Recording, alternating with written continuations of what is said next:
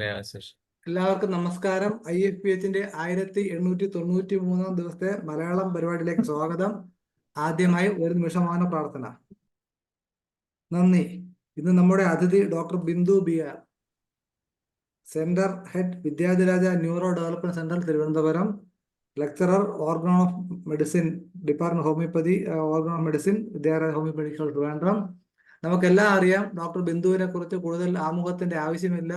Neuro development centre ഒരു പരിപാടി, ഒരു പ്രോഗ്രാം ഡെവലപ്പ് ചെയ്തതിലൂടെ ന്യൂറോ ഡെവലപ്മെന്റ് മുതൽ ഹോമിയോപ്പതി കോളേജുകളുടെ നെർവസ് സിസ്റ്റത്തെ കൂടെ ആക്ടിവേറ്റ് ചെയ്തിരിക്കുകയാണ് ഡോക്ടർ ബിന്ദു BR. അപ്പൊ നമ്മൾ ഇന്ന് ഹോമിയോപ്പതിക്ക് വേണ്ടി എന്തെല്ലാം അവിടെ ആ കോളേജ് ചെയ്യുന്നു എന്നുള്ളത്, ഏതാണ്ട് 60 വയസ്സ് വജ്ര ജൂബിലി ആഘോഷിക്കുന്ന ഒരു കോളേജാണ്. അപ്പൊ 60 വർഷം കൊണ്ട് മാറ്റങ്ങൾ, അടുത്ത കാലത്ത് ഇവർ ചെയ്ത പ്രവർത്തനങ്ങൾ തീർച്ചയായിട്ടും ഹോമിയോപ്പതി സമൂഹം അറിഞ്ഞിരിക്കേണ്ടതാണ്. അങ്ങോട്ടും ഇങ്ങോട്ടുമുള്ള കമ്മ്യൂണിക്കേഷൻ വളരെ പ്രധാനമാണ്. അതുകൊണ്ട് തന്നെ ഈ പരിപാടിയിലേക്ക് ഡോക്ടർ ബിന്ദുവിനെ ആദരവ് ക്ഷണിക്കുന്നു. അപ്പോൾ അടുത്ത കാലത്തായിട്ട് പത്രത്തിൽ ഒരു വാർത്ത ഉണ്ടായിരുന്നു. നേമം ബ്ലോക്ക് പഞ്ചായത്തിന്റെ ഒരു പ്രോഗ്രാമിന്റെ കൂട്ടത്തില് ഭിന്നശേഷി വിമുക്ത ബ്ലോക്ക്, അതുപോലെ തന്നെ ഹാപ്പിനെസ് ഇൻഡെക്സ് ഉയർത്തുന്ന ഭാഗത്ത് വയോജന പാർക്ക്. അപ്പൊ ഇതിന്റെയൊക്കെ പേര് കൊടുത്തിരിക്കുന്നതിൽ ഞാൻ ശരിക്കും അത്ഭുതപ്പെട്ടു. അതിനകത്ത് പറഞ്ഞിരിക്കുന്നത് CSIR NIST, പിന്നെ നമ്മുടെ ട്രോപ്പിക്കൽ ബൊട്ടാണിക്കൽ ഗാർഡൻ, ശ്രീ വിദ്യാലയ ഹോമിയോപ്പതി മെഡിക്കൽ കോളേജ്. അപ്പൊ നാഷണൽ ലെവലിലെ സ്ഥാപനങ്ങളോട് ഒത്താണ് നമ്മളുടെ സ്ഥാപനം എത്തിച്ചേർന്നുള്ളത് വളരെ അഭിമാനകരമായ ഒരു കാര്യമാണ്. അപ്പൊ തീർച്ചയായിട്ടും അതിന് കാരണക്കാരിയായ ഒരാൾ ഡോക്ടർ ലീബയാണ്, ഡോക്ടർ ബിന്ദുവാണ്.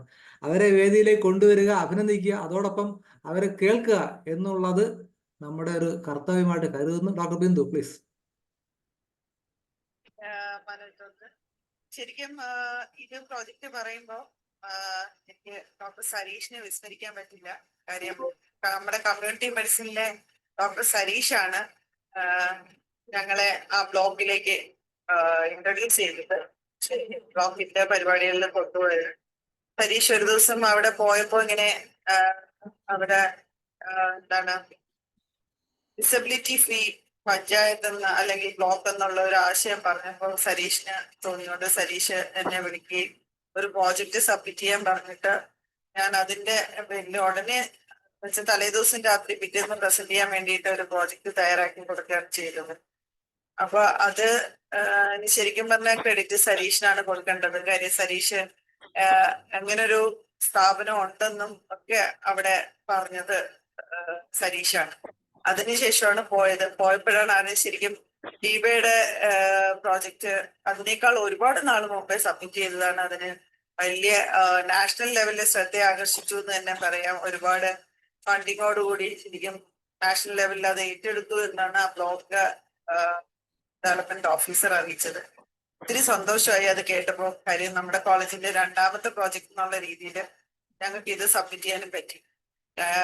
ഞങ്ങളുടെ പ്രോജക്റ്റ് എന്ന് പറഞ്ഞാല് നമ്മൾ കൊടുത്തിരിക്കുന്നത് ഇപ്പൊ 0 to 6 years, അതായത് ഒരു കുഞ്ഞ് ജനിച്ച 6 വയസ്സ് വരെ പ്രായമുള്ള കുട്ടികളെ എല്ലാവരെയും സ്ക്രീൻ ചെയ്തിട്ട് അവർക്ക് എന്തെങ്കിലും ഡെവലപ്മെന്റൽ ഡിലേ ഉണ്ടോ എന്ന് ഐഡന്റിഫൈ ചെയ്യുകയും അവരെ ഒരു 6 വയസ്സ് വരെ ഫോളോ അപ്പ് ചെയ്യുക. ആ ബ്ലോക്കിലുള്ള എല്ലാ കുട്ടികളെയും ആദ്യം 2 പഞ്ചായത്തിൽ തുടങ്ങി പിന്നെ എല്ലാ കുട്ടികളെയും അത് ആശാ വർക്കേഴ്സിന്റെയും അംഗൻവാടി വർക്കേഴ്സിന്റെയും ടീച്ചേഴ്സിന്റെയും ഹെൽപ്പോട് കൂടി സ്ക്രീൻ ചെയ്ത് നമ്മുടെ കോളേജിൽ തന്നെ ഞങ്ങളുടെ സെന്ററിൽ നിന്ന് തന്നെ സ്റ്റാഫും കുട്ടികളും അതായത് സ്റ്റുഡൻസിനെയും ട്രെയിൻ ചെയ്തിട്ട് അവരും കൂടി ചെന്ന് MKC നായർ സാർ ഇതേ മോഡല് നേരത്തെ ചെയ്തിട്ടുണ്ട്. സാറിന്റെ മോഡല് ഞങ്ങൾ അനുകരിക്കുന്നതേ ഉള്ളൂ. കാര്യം അത് വിസ്മരിക്കാൻ പറ്റില്ല. സാറാണ് ഇതിനെല്ലാം തുടക്കം കുറിച്ചത്. അപ്പം സാറിന്റെ ആ മോഡല് അതേപോലെ നമ്മൾ ഇമിറ്റേറ്റ് ചെയ്താണ് ഇതിനെ ഒന്ന് ഡിസബിലിറ്റി ഫ്രീ പഞ്ചായത്ത് എന്നുള്ള ഒരു ഏരിയ, ഡിസബിലിറ്റി ഫ്രീ എന്നല്ല ഭിന്നശേഷി വിമുക്ത ബ്ലോക്ക് എന്നുള്ള രീതിയിൽ. അപ്പൊ അങ്ങനെ കൊണ്ടുവരുമ്പോൾ ഒരു കുഞ്ഞിന്റെ ബ്രെയിൻ ഡെവലപ്മെന്റ് എന്ന് പറയുന്നത് ഒരു ആദ്യത്തെ 5 വയസ്സ് 6 വയസ്സ് വരെയാണ് അതിന്റെ ബ്രെയിൻ ഡെവലപ്മെന്റ് മാക്സിമം വരുന്നത്. അപ്പൊ ആ സമയത്ത് ഇതിൽ എപ്പോഴെങ്കിലും അതിനൊരു ഡെവലപ്മെന്റൽ ഇഷ്യൂ വരികയാണെങ്കിൽ നമ്മളത് ഐഡന്റിഫൈ ചെയ്യുകയും നേരത്തെ കുട്ടി അതിനെ ഇന്റർഫിയർ ചെയ്താൽ ആ വീട്ടുകാർക്കുള്ള ബേർഡൻ അല്ലെങ്കിൽ കെയർ ടേക്കേഴ്സിന്റെ ബേർഡൻ കുറയ്ക്കുകയും ചെയ്യാം. നല്ലൊരു ഹെൽത്തി ആയിട്ടുള്ള സമൂഹത്തിന് നമുക്ക് ഉണ്ടാക്കിയെടുക്കാനും പറ്റും. ഈ കുഞ്ഞുങ്ങളെ ഇങ്ങനെ സ്ക്രീൻ ചെയ്യുന്നതിനോടൊപ്പം തന്നെ അമ്മമാർക്കും ട്രെയിനിങ് കൊടുക്കണം. നേരത്തെ കാണുകയാണെങ്കിൽ അതായത് ഒരു കുഞ്ഞ് ജനിച്ചു കഴിഞ്ഞാൽ 2 വയസ്സാകുമ്പോൾ മുഖത്ത് നോക്കി ചിരിക്കണം. 3-4 വയസ്സാകുമ്പോൾ തലയുറയ്ക്കണം. അങ്ങനെയുള്ള കുഞ്ഞു കുഞ്ഞു കാര്യങ്ങൾ പറഞ്ഞു കൊടുത്ത ഒരു 10 സ്ക്രീനിങ് കാർഡ്, ഒരു ചെറിയ കാർഡ് പോലെ, ഡെവലപ്മെന്റൽ കാർഡ് പോലെ MKC നഴ്സർ ഡെവലപ്പ് ചെയ്തിട്ടുണ്ട്. അപ്പൊ അതിന്റെ ഒരു അവയർനെസ് മാക്സിമം കൊടുത്തിട്ട് അത് ഇവരെ ഒരു കുഞ്ഞൊരു വീട്ടിലുണ്ടായാൽ അതിന്റെ അമ്മൂമ്മ തൊട്ട് സകല മനുഷ്യരും ആ സന്തോഷത്തിൽ അതിന്റെ ചുറ്റിനും ആയിരിക്കും. അപ്പൊ അതിൽ ആരെങ്കിലും ഒക്കെ ഒന്ന് ശ്രദ്ധിച്ചാൽ ആ കുഞ്ഞിന് ഡെവലപ്മെന്റൽ ഡിലേ ഉണ്ടോന്ന് ഐഡന്റിഫൈ ചെയ്യാനും നമുക്ക് പുറത്തു കൊണ്ടുവരാനും പറ്റും. അപ്പൊ നേരത്തെ അതിനൊരു ഇന്റർവെൻഷൻ കൊടുത്താൽ അത് ഒരു ഡിസബിലിറ്റി ആയി മാറാതെ തന്നെ നമുക്ക് പ്രിവെന്റ് ചെയ്യാൻ പറ്റും. അതിനോടൊപ്പം തന്നെ ഞങ്ങൾ ഉദ്ദേശിക്കുന്നത് കമ്മ്യൂണിറ്റി മെഡിസിനിലെ ഹൗസ് സർജൻസും അല്ലെങ്കിൽ സ്റ്റുഡൻസിനെയും കൂടി ചേർത്തിട്ട് അവയർനെസ് ക്ലാസ്, പ്രഗ്നന്റ് ആയവർക്കും മാരീഡ് ആയിട്ടുള്ളവർക്കും ഇങ്ങനെയുള്ള ഭിന്നശേഷി ഉള്ള ഒരു കുഞ്ഞ് ഉണ്ടാവാതിരിക്കാൻ എന്തൊക്കെ ശ്രദ്ധിക്കണം, ഒരമ്മയാവുമ്പോൾ എന്തൊക്കെ കാര്യങ്ങൾ ശ്രദ്ധിക്കണം, ഭക്ഷണത്തിലാണെങ്കിലും അല്ലെങ്കിൽ ഡെലിവറി ഡിലേഡ് ആവാതിരിക്കാൻ വേണ്ടിയിട്ട് എന്തൊക്കെ ചെയ്യണം, ഹോസ്പിറ്റലിൽ നേരത്തെ എത്തുന്നത് സമയത്ത് ഡെലിവറി നടക്കണം എന്നുള്ളതും അതെല്ലാം നമ്മൾ പറഞ്ഞു കൊടുക്കണം.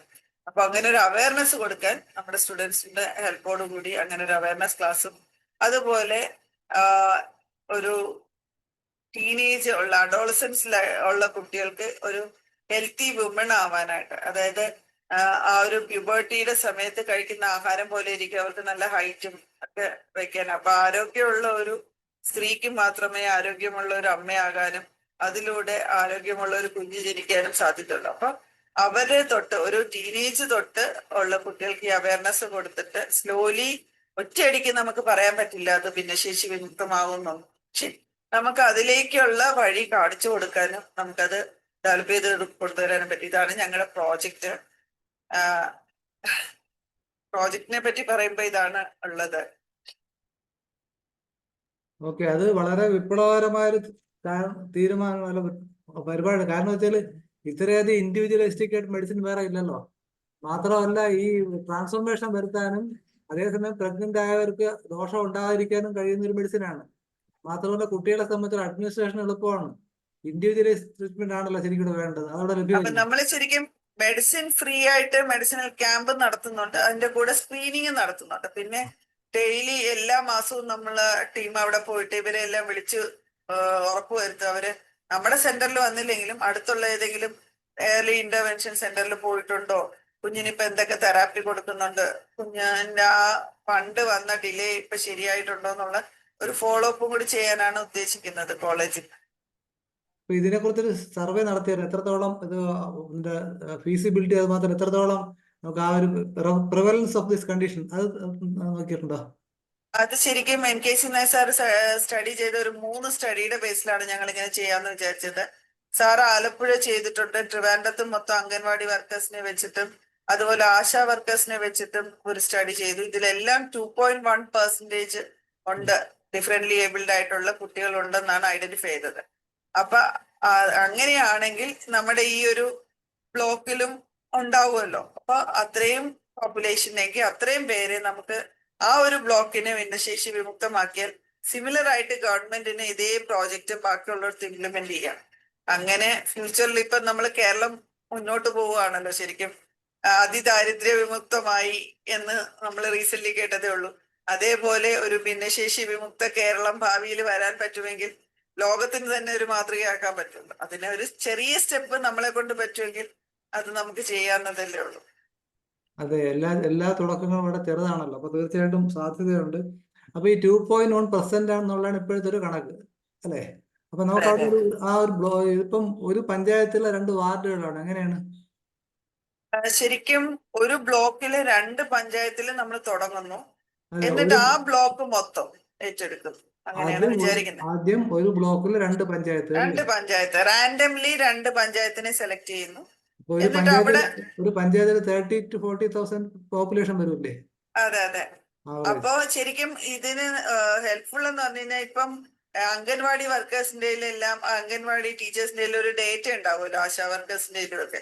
അതായത് ജനിക്കുന്ന കുഞ്ഞുങ്ങളുടെ മുതല് എല്ലാ ഡീറ്റെയിൽസും അവരുടെ കയ്യിൽ ഉണ്ടാവും. അപ്പൊ അവിടെ നിന്ന് നമ്മള് ഈ കുഞ്ഞുങ്ങളെ നമ്മള് ഒരിടത്ത് പൂള് ചെയ്തിട്ട് അവരുടെ സ്ക്രീനിങ് നടത്തുകയാണ്. പല പല ഗ്രൂപ്പായിട്ട് തിരിച്ചിട്ട് നമ്മൾ തന്നെ നമ്മുടെ സ്റ്റുഡൻസിനെയും, അതായത് സ്റ്റുഡൻസ് എന്ന് പറഞ്ഞാൽ ഹൗസ് സർജൻസിനെയും അംഗൻവാടി ടീച്ചേഴ്സിനും ഒക്കെ. അംഗൻവാടി ടീച്ചേഴ്സിന് ഓൾറെഡി MK നായർ സാറിന്റെ ടീം ട്രെയിനിങ് കൊടുത്തിട്ടുണ്ട്. അതിന് നമ്മൾ ഒന്നും കൂടി റീഇൻഫോഴ്സ് ചെയ്ത് മെറ്റീരിയൽ സപ്ലൈ ചെയ്തിട്ട് ആ ഓൺ ദി സ്പോട്ട് സ്ക്രീനിങ് നടത്തി അതായത് ചെറിയ ചെറിയ സ്കൂൾസിൽ 2-3 സെഷൻസ് ആയിട്ട് നടത്തി സ്ക്രീൻ ചെയ്ത് ഈ പ്രായത്തിലുള്ള കുട്ടികളെ 0 to 6 years എന്നിട്ട് അവരെ സ്ക്രീൻ ചെയ്തിട്ട് അവർക്ക് ആർക്കൊക്കെ ഡിലേ ഉണ്ടെന്ന് കണ്ടുപിടിക്കും. ആ കണ്ടുപിടിച്ചിട്ട് അവർക്ക് വേണ്ട ഇന്റർവെൻഷൻസ് എന്തൊക്കെയാണ്, അതിന്റെ കൂടെ ഹോമിയോപ്പതി ട്രീറ്റ്മെന്റ് നമ്മൾ കംപ്ലീറ്റ്ലി ഫ്രീ ആയിട്ട് കൊടുക്കും. പിന്നെ തെറാപ്പി എന്ന് പറയുന്നത്, തെറാപ്പി അവർക്ക് ഇഷ്ടമുള്ള സെന്റർ ചൂസ് ചെയ്യാം. നമ്മുടെ സെന്ററിൽ ഇപ്പൊ നമുക്ക് അത് ബേസ് ചെയ്തിട്ടാണ് ശമ്പളം കൊടുക്കുന്നത് അവിടുത്തെ സ്റ്റാഫിന്. അതുകൊണ്ട് അതിന് ഫീസ് ഉണ്ടാവുമെന്ന് നമ്മൾ അവരോട് പറയും വരികയാണെങ്കിൽ. പക്ഷെ അല്ലാതെ അവർക്ക് ഏത് സെന്റർ വേണമെങ്കിലും യൂസ് ചെയ്യാം. ഇപ്പം ഈ നേമം ബ്ലോക്കിന്റെ കീഴിൽ തന്നെ വന്നിട്ടുള്ളതാണ് ഒരു ഫിനിക്സ് എന്ന് പറഞ്ഞ സെന്റർ. ഭയങ്കര ഒരു നല്ല രീതിയിൽ ഡെവലപ്പ് ചെയ്ത സെന്ററാണ്. അപ്പൊ അവിടെ പോയി വേണമെങ്കിൽ അവർക്ക് ഫ്രീ ആയിട്ട് തെറാപ്പി എടുക്കാം. പക്ഷെ അവർ പോകുന്നുണ്ടെന്ന് ഉറപ്പ് വരുത്തുന്നതാണ് നമ്മുടെ ഒരു ചുമതല. കാര്യം അവരെ പോകുന്നുണ്ട്, അല്ലെങ്കിൽ അവയർനെസ് കൊടുക്കുക, ഇതിന്റെ ആവശ്യം എന്താണ്, നിങ്ങൾ ഇപ്പോഴേ പോയാലേ പറ്റുള്ളൂ. ഈ ക്ലാസ് ഞാനിപ്പോ എന്നിട്ട് ഈ വീഡിയോ പറഞ്ഞതിന് പ്രകാരം ഞാൻ ആശാ വർക്കേഴ്സിനും അംഗൻവാടി ടീച്ചേഴ്സിനും ക്ലാസ് എടുത്തു. അവരുടെ ഒരു മീറ്റ് ഉണ്ടായിരുന്നു, അവരുടെ ഒരു ഒത്തുചേരലുണ്ടായിരുന്നു. അപ്പൊ അംഗൻവാടി ടീച്ചേഴ്സിന്റെ മീറ്റില് 250ഓളം അംഗൻവാടി ടീച്ചേഴ്സും വർക്കേഴ്സും വന്നിരുന്നു. അപ്പൊ അവർക്ക് ക്ലാസ് എടുത്ത് ഞാൻ ഇറങ്ങിയ ഒരു 2 ദിവസത്തിനുള്ളിൽ എനിക്ക് 4 കോളാണ് വന്നത്. ടീച്ചേഴ്സ് കണക്ട് ചെയ്തിട്ട്, മാഡം ഞങ്ങളുടെ അവിടെ വരുന്ന അംഗൻവാടി വരുന്ന ഒരു 3 വയസ്സുള്ള കുഞ്ഞുണ്ട്, മുഖത്ത് നോക്കുന്നില്ല, അവനെ വിളിച്ച അവൻ തനിയെ ഇരുന്ന് കളിക്കുന്ന പോലെ തോന്നുന്നു, ഇതാവണം, എപ്പൊ കൊണ്ടുവരണം. അങ്ങനെ 2 പേര് ഇപ്പൊ കോളേജില് ട്രീറ്റ്മെന്റ് എടുക്കാൻ OP-യിൽ വന്നു. അപ്പം ഇതാണ് ഒരു അവയർനെസ് സ്പ്രെഡ് ചെയ്യാനുള്ള, ശരിക്കും പറഞ്ഞ പുതിയ വീഡിയോ, ഇപ്പോഴത്തെ വീഡിയോ സമ്മതിച്ചേ പറ്റുള്ളൂ. സാർ ഇത് പറഞ്ഞ ഉടനെ തന്നെ നല്ല കാര്യമാണല്ലോ, അങ്ങനെയാണെങ്കിൽ ഈ 2 ദിവസം വന്ന് ഇവിടെ പ്രസന്റ് ചെയ്യാൻ പറഞ്ഞു. അങ്ങനെ ഞാൻ ചെന്ന് പ്രസന്റ് ചെയ്തു, നമ്മുടെ സെന്റർ എന്താണെന്ന് കാണിച്ചു, നമ്മൾ എന്താണ് ചെയ്യണേന്ന് കാണിച്ചു. ആ ഡോക്യുമെന്ററിയുടെ ഒരു ക്ലിപ്പിംഗ് ആയിട്ട്, ചെറിയൊരു 5 മിനിറ്റുള്ള ക്ലിപ്പിംഗ് ആയിട്ട് അതും കാണിച്ചു കൊടുത്തു, ഹോമിയോപ്പതിയുടെ എഫക്റ്റീവ്നെസ്. അങ്ങനെയാണ് അവര് കോണ്ടാക്ട് ചെയ്തത്. ശരിക്കും അതൊരു ബ്രേക്ക് ത്രൂ ആയിരുന്നു.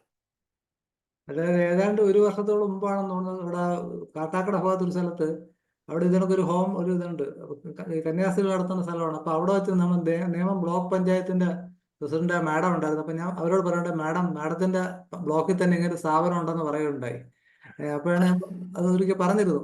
എന്തായാലും നിങ്ങൾക്ക് അത് നന്നായിട്ട് നടത്താൻ കഴിഞ്ഞു. അപ്പൊ ഇതിന്റെ ഇപ്പം അവിടെ ന്യൂറോ ഡെവലപ്മെന്റ് സെന്റർ തുടങ്ങിയിട്ട് എത്ര കാലമായി കാണും? 1 വർഷം. ഒരു വർഷം. ഈ ഒരു കഴിഞ്ഞ വർഷം ഓഗസ്റ്റിലാണ്. ഈ ഒരു വർഷത്തിലേക്ക് എത്രത്തോളം അതിന്റെ ഒരു സ്റ്റാറ്റിസ്റ്റിക്സ് എങ്ങനെയാണ്, എത്രത്തോളം കേസുകൾ നമുക്ക് കിട്ടിയിട്ടുണ്ട്? തുടങ്ങിയ സമയത്ത് 21 ഒക്കെ നമ്മൾ തെറാപ്പി, ഒരു കഴിഞ്ഞ എനിക്കൊന്ന് ജൂണിനകത്ത് ഒരു ഏപ്രിൽ മെയ് വരെ, കഴിഞ്ഞ ഓഗസ്റ്റ് തൊട്ട് ഒരു ഏപ്രിൽ മെയ് വരെയൊക്കെ 21 അതിപ്പോ 41 കേസ് കഴിഞ്ഞു. ഇപ്പൊ അത് കൂടിയിട്ടുണ്ട്. പിന്നെ നമ്മള് കുറച്ച് വെബിനാർ കണ്ടക്ട് ചെയ്തു, ഒരു 1 year ഡ്യൂറേഷനിലുള്ള ഹോമിയോപ്പതി ഡോക്ടേഴ്സിനും ഓൾ ഓവർ ഇന്ത്യ കുറെ പേര് രജിസ്റ്റർ ചെയ്ത് അത് ഇപ്പോഴും കണ്ടിന്യൂ ചെയ്യാൻ. അടുത്ത ജനുവരി ഫെബ്രുവരി വരെ പോകും. ഓരോ ടോപ്പിക്കിന്റെ എക്സ്പേർട്സ് വന്ന് ക്ലാസ് എടുക്കുന്നുണ്ട്.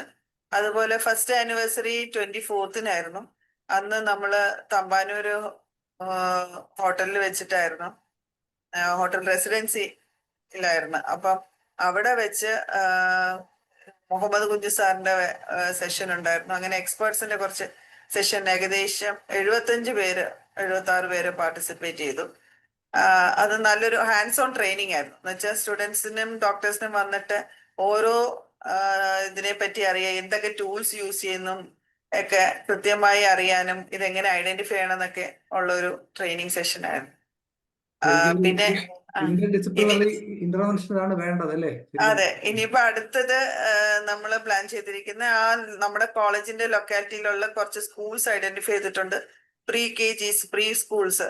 അവിടെ പോയിട്ട് നമ്മൾ വോളണ്ടറി ആയിട്ട് നമ്മുടെ തെറാപ്പിസ്റ്റും ഒക്കെ ആയിട്ട് പോയിട്ട് അവിടെ സ്ക്രീനിങ്, അവർക്ക് ഒരു അവയർനെസ് കൊടുത്തിട്ട് അവിടെ സ്ക്രീൻ ചെയ്ത് അവിടെ ആർക്കെങ്കിലും ഡെവലപ്മെന്റൽ ഡിലേ ഉണ്ടോ എന്ന് ഐഡന്റിഫൈ ചെയ്യാൻ വേണ്ടിയിട്ട് അങ്ങനെ ഇറങ്ങുകയാണ് ഫീൽഡിലേക്ക്. ഓക്കെ. അപ്പോ ഈ പറഞ്ഞതിനെ കുറിച്ച് എന്തെങ്കിലും സജഷൻസോ അഭിപ്രായങ്ങളോ ആർക്കും ദയവായിട്ട് ഹാൻഡ് റൈസ് ചെയ്യുക. ഹോമിയോപ്പതി ഡെവലപ്മെന്റ് സമൂഹത്തിൽ ഹോമിയോപ്പതിക്ക് എന്ത് ചെയ്യാൻ കഴിയും എന്നുള്ളതും, നമ്മൾക്കൊരു ഗ്യാപ്പ് പോകുന്ന അവിടെയാണ്. പലരും നല്ല മിടുക്കന്മാരെ പ്രാക്ടീഷണേഴ്സാണ്, പക്ഷെ ഒരു സമൂഹത്തിലേക്ക് ഇറങ്ങാൻ കഴിഞ്ഞില്ല. നമുക്ക് തിരുവനന്തപുരം മെഡിക്കൽ കോളേജിന്റെ ചരിത്രം നോക്കി അറിയാം.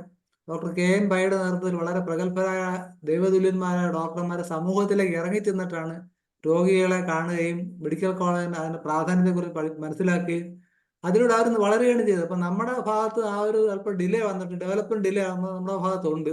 അപ്പൊ ഇനിയെങ്കിലും അതിന് ഇത്തരം സംഭവങ്ങൾ ഒരു ഔഷധങ്ങളായിട്ട് മാറുമെന്ന് പ്രതീക്ഷിക്കുന്നു. അതുപോലെ തന്നെ ഇപ്പൊ അടുത്തിടെ ഒരു കോൺഫറൻസ് അറ്റൻഡ് ചെയ്യുന്നുണ്ടല്ലോ, ന്യൂറോ, അതിനെ കുറിച്ച് പറയാമോ? അതൊരു ശരിക്കും ഇന്ത്യൻ അക്കാഡമി ഓഫ് ന്യൂറോ സയൻസസിന്റെ കോൺഫറൻസ് ആണ്. ഞാൻ അറിഞ്ഞത് തുടങ്ങി കഴിഞ്ഞിട്ട് ശരിക്കും മനോജ് ഡോക്ടർ പറഞ്ഞിട്ടാണ് ഞാനത് അറിയുന്നത്. അതിനു മുമ്പേ ഞങ്ങളുടെ കോളേജ്, ഞാൻ നേരത്തെ പറഞ്ഞിട്ടുണ്ടെന്ന് തോന്നുന്നു, Indian university centre for biomedical research, MG യൂണിവേഴ്സിറ്റിയുടെ കീഴിൽ വരുന്ന ഒരു സ്ഥാപനമാണ്. അവരുമായിട്ട് നമ്മുടെ കോളേജിന് MOU ഉണ്ട്, കാര്യം റിസർച്ച് ആക്ടിവിറ്റീസ്. അത് കേരള മെഡിക്കൽ ടെക്നോളജി കൺസോർഷ്യത്തിന്റെ മീറ്റിംഗ്സിൽ ഞാൻ ഒരു 6 മീറ്റിംഗ് ആയി ഇപ്പൊ അറ്റൻഡ് ചെയ്യണം. അത് YAPയുടെ മെന്ററും അതുപോലെ തന്നെ അവരുടെ ഇവാലുവേറ്ററും ഒക്കെയാണ്. ഞാൻ അങ്ങനെ വന്നതാണ് KMTCയിലേക്ക്. KMTC എന്ന് പറയുന്നത് നമ്മുടെ മെഡിക്കൽ സിസ്റ്റവും അതുപോലെ ടെക്നോളജിയും എല്ലാവരും കൂടി ഒരു കുടക്കീഴിൽ വന്നിട്ട് കോമൺ ആയിട്ടുള്ള കോഴ്സിൽ എന്തൊക്കെ ഓരോരുത്തർക്കും ചെയ്യാം. ഇപ്പൊ ഫോർ എക്സാമ്പിൾ മെഡിക്കൽ ഫീൽഡിൽ ഇപ്പൊ ഞാൻ പോകുമ്പോൾ എനിക്ക് പറയാൻ പറ്റും, സെർവൽ പാൽസി ഉള്ള ഒരു കുട്ടിക്ക് ബസ്സിൽ കയറാൻ ബുദ്ധിമുട്ടാണ്. അപ്പോ അതിന് ഓട്ടോമാറ്റിക്കലി വരുന്ന ഒരു ലാഡർ പോലെ അല്ലെങ്കിൽ വീൽ ചെയർ ലിഫ്റ്റ് ചെയ്യുന്ന ഒരു സാധനം വന്നാൽ അത് ആ കുട്ടിക്ക് പാരന്റ്സിനെ എടുത്തുകൊണ്ട് കയറേണ്ടി വരില്ല, ഇപ്പൊ ട്രെയിനിലാണെങ്കിലും ഒക്കെ. എന്നിപ്പോ ഒരു ഐഡിയ ഞാൻ ഷെയർ ചെയ്യുമ്പോൾ ടെക്നോളജി പാർട്ടിലുള്ളവർക്ക് അതിൽ എന്ത് ചെയ്യാൻ പറ്റുന്ന അവരുമായിട്ട് ഡിസ്കസ് ചെയ്യും. ഇങ്ങനെ ഒരു ഗ്രൂപ്പാണ്. അപ്പൊ അങ്ങനെയുള്ള ഒരു ഗ്രൂപ്പില് IIM, എനിക്ക് തോന്നുന്നു IIM കോഴിക്കോട്ടിൽ വെച്ചിട്ടുള്ള ഈ KMTCയുടെ മീറ്റിൽ ഇതുപോലെ ഓട്ടിസത്തിന്റെ കാര്യം സംസാരിച്ചപ്പോ അവിടെ ഉള്ള ഒരു ന്യൂറോ കെമിസ്റ്റ് ആണ് മാഡം മോഹൻകുമാർ സാറും സാറിന്റെ വൈഫ് ഉഷ രാജമ്മ മാഡം. ഇവർ രണ്ടുപേരുമാണ് ആ ബയോമെഡിക്കൽ റിസർച്ച് സെന്ററിലുള്ളത്. സാറാണ് ഡയറക്ടർ. സാർ എന്നെ ഇങ്ങനെ തമാശക്ക് എൻ്റെ അടുത്ത് ചോദിച്ചു, ഓട്ടിസം ഒക്കെ വ്യത്യാസം ഉണ്ടല്ലേ, അങ്ങനെയാണെങ്കിൽ നിങ്ങളുടെ മെഡിസിൻ എങ്ങനെയാ ആക്ട് ചെയ്യണേന്ന് ചോദിച്ചു. എന്നെ കളിയാക്കിയതാണ്. അപ്പൊ ഞാൻ സാറിനോട് ചിരിച്ചോണ്ട് അതുപോലെ പറഞ്ഞു, സാർ എനിക്കൊരു 5 ബെഡ് താ, സ്പൈനൽ കോഡ് ഇഞ്ചുറി ഉള്ളത്, ഏതെങ്കിലും മെഡിക്കൽ ബാക്കി MBBS ഡോക്ടേഴ്സും ആയിക്കോട്ടെ, അവര് നോക്കിക്കോട്ടെ, ഒരു 5 ബെഡ് എനിക്കും തന്നാൽ മതി. പക്ഷെ ഫിസിയോതെറാപ്പിയും കൂടെ ഞങ്ങൾക്കും വേണം. എന്നിട്ട് ബാക്കി ഇവാലുവേറ്റ് ചെയ്താൽ മതി, ഞാൻ കാണിച്ചു തരാം എങ്ങനെയാണ് ആക്ട് ചെയ്യണേന്ന് പറഞ്ഞു. അപ്പൊ അത് സാറ് ചിരിച്ചു തള്ളിയെങ്കിലും അതിന്റെ കൂട്ടത്തിൽ കേട്ടോന്നിരുന്ന ഒരു രജീഷ് എന്ന് പറഞ്ഞ ഒരു പുള്ളി, സാറിന്റെ വൈഫ് ഓട്ടിസത്തിലാണ് വർക്ക് ചെയ്യുന്നത്. അങ്ങനെ ഞങ്ങളെ കണക്ട് ചെയ്ത് തന്നു. അങ്ങനെ മാഡം വിളിച്ച് ഞങ്ങൾ ഒരു MOU സൈൻ ചെയ്ത് ഇപ്പം ഓട്ടിസം ഞാൻ നോക്കുന്ന എല്ലാ കുട്ടികളുടെയും, അതായത് ഞാൻ തിരുവനന്തപുരത്ത് എൻ്റെ വീട്ടിൽ നോക്കുന്നതും കോളേജിൽ നോക്കുന്നതും എറണാകുളത്ത് മാസത്തിൽ ഒരിക്കൽ നോക്കുന്നുണ്ട്. അവിടെ 3 വന്ന് ആ കുട്ടികളുടെ ബ്ലഡ് സാമ്പിളും എടുത്ത് അവര് സൈബ്രിഡ് ഒക്കെ ഇപ്പൊ ക്രിയേറ്റ് ചെയ്തിട്ടുണ്ട്. അതിന്റെ കൂടെ അവര് ബാക്കി അവരുടെ വക അസസ്മെന്റ് ചെയ്യുന്നുണ്ട്. അങ്ങനെ ഒരു സയന്റിഫിക് സ്റ്റഡി ആയിട്ട് മൂവ് ചെയ്യാണ്. അപ്പം മാഡം എൻ്റെ അടുത്ത് കുറെ നാൾ മുമ്പേ പറഞ്ഞു, ഇങ്ങനെ ഒരു കോൺഫറൻസ് വരുന്നുണ്ട്, ബിന്ദു അപ്ലൈ ചെയ്യുന്നുണ്ട്. നോക്കിയപ്പോ 13,000 രൂപയാണ് നമുക്ക് രജിസ്ട്രേഷൻ ഫീ. അപ്പൊ ഞാൻ പറഞ്ഞില്ല, കുഴപ്പമില്ല മാഡം, നോക്കാം, അടുത്ത പ്രാവശ്യം നോക്കാന്നൊക്കെ പറഞ്ഞ് ഉഴപ്പി വിട്ടതാ. പിന്നെ മനോജ് ഡോക്ടർ പറഞ്ഞപ്പോ എനിക്ക് ഒന്നും കൂടി, ഞാൻ മാഡത്തിനെ വിളിച്ചപ്പോ മാഡം പറഞ്ഞു, ഒരു കാര്യം ചെയ്യിങ്ങ പോരെ, അറ്റൻഡ് ചെയ്യാം, നമുക്ക് രജിസ്റ്റർ ചെയ്യാൻ പറ്റത്തില്ല, ഫുഡും കിട്ടത്തില്ല, സർട്ടിഫിക്കറ്റും ഒന്നും കിട്ടത്തില്ല, ബിന്ദുവിന് കേൾക്കാനുള്ള അവസരം തരാമെന്ന് പറഞ്ഞു. അങ്ങനെ ഞാൻ കോളേജിൽ നിന്ന് 2 ദിവസം, ആദ്യത്തെ ദിവസം പറ്റിയില്ല, 2 ദിവസം പോയി കോവളത്ത് നമ്മുടെ ഇവിടെ വെച്ചായിരുന്നു. അപ്പം നല്ലൊരു മീറ്റിംഗ്, ശരിക്കും ഭയങ്കര ഒരു ബ്രേക്ക് ത്രൂ ആണ്. ഞാൻ പറയുന്നത് ഹോമിയോ ഡോക്ടേഴ്സ് എല്ലാവരും, ഇപ്പൊ നമ്മുടെ സ്റ്റുഡൻസ് ആണെങ്കിലും എല്ലാവരും നമുക്ക് ഇങ്ങനെ കിട്ടുന്ന ഒരു ഓപ്പൺ പ്ലാറ്റ്ഫോമിൽ നമ്മൾ പോകണം. ഞാൻ പോയപ്പോൾ കുറെ കാര്യങ്ങള് എനിക്ക് ഇൻപുട്ട് കിട്ടി. അതായത് എങ്ങനെയാണ് ലേറ്റസ്റ്റ് സ്റ്റഡീസ്, അതിൽ നിന്ന് കിട്ടിയ ഏറ്റവും വലിയൊരു ഇൻപുട്ട് ഈ മാഡത്തിന്റെ തന്നെ സ്റ്റുഡൻ്റ് ആണ് പ്രസന്റ് ചെയ്തത്. 2 സ്റ്റുഡൻസ് പ്രസന്റ് ചെയ്തു. അതിനകത്ത് സന്തോഷമുള്ള കാര്യം എന്ന് പറഞ്ഞാൽ ഫുൾ വേൾഡ് വൈഡ് ഉള്ള കുറെ സ്ഥലത്തു നിന്നുള്ള സയന്റിസ്റ്റ്, ന്യൂറോ സയന്റിസ്റ്റ് വന്നിട്ടുണ്ടായിരുന്നു. പിന്നെ ഐസറിലെ IITയിലെ ഒക്കെ ഈ ന്യൂറോ സയൻസിൽ വർക്ക് ചെയ്യുന്ന എല്ലാ ഏരിയയിലും, ഡിഫൻസിലുള്ള ന്യൂറോ സയൻസിലുള്ളവരും DRDOയിലുള്ള എല്ലാവരും വന്നിട്ടുണ്ടായിരുന്നു.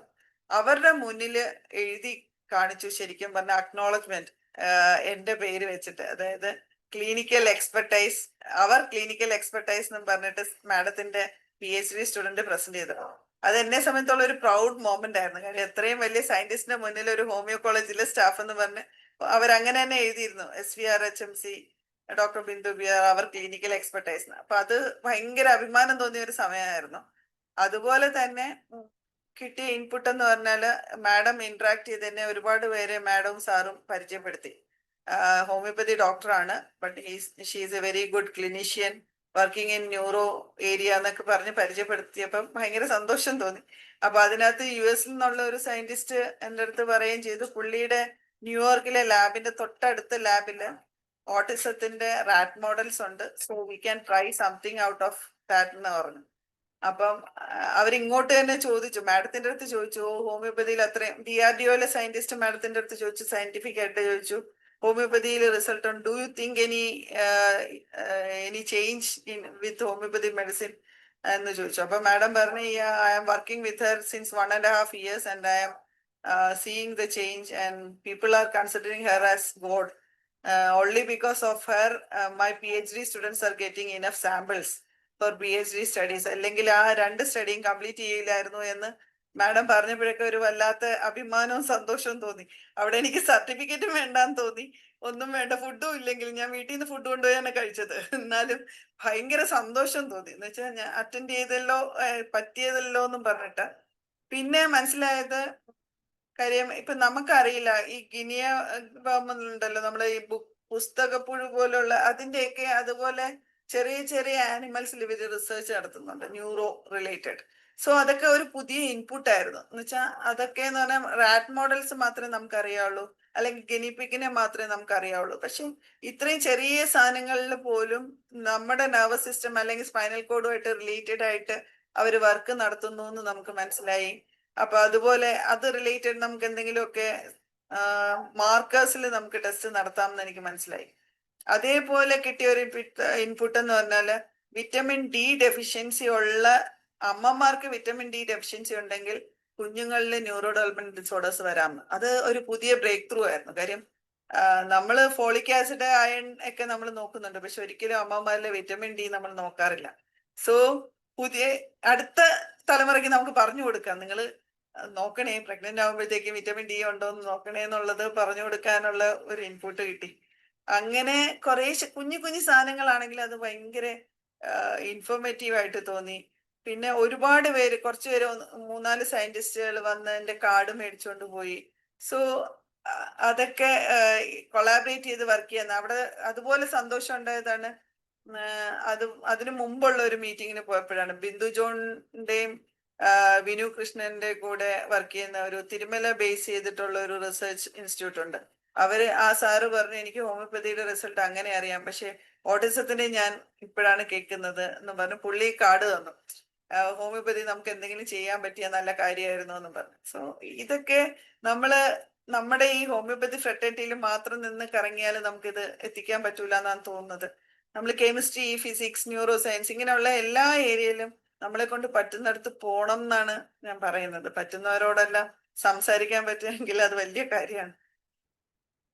അതെ, തീർച്ചയായിട്ടും ആ ഒരു എന്താ പറയുക ഇൻപുട്ട് നമ്മുടെ ഹോമിയോപ്പതി സമൂഹത്തിലേക്ക് എത്തുന്നില്ല. അവര് പറഞ്ഞ കണക്ക് നമ്മുടെ സ്റ്റുവർട്ട് ക്ലോസ് ആണെന്ന് പറയുന്നത് ഓസിഫൈഡ് ബ്രെയിൻ സർക്കസ് എന്നൊരു വാക്ക് പറയുന്നുണ്ട്.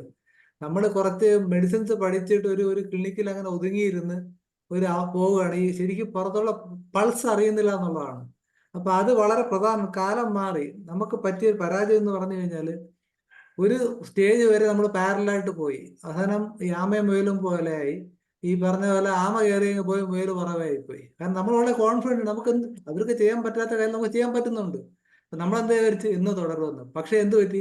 നമ്മൾ പരാജയപ്പെട്ടു. അപ്പൊ ഇനിയെങ്കിലും അത് ഈ പറഞ്ഞതൊക്കെ നല്ല ഒരു ത്രസ്റ്റ് കൊടുക്കണം എന്നുള്ളതാണ്.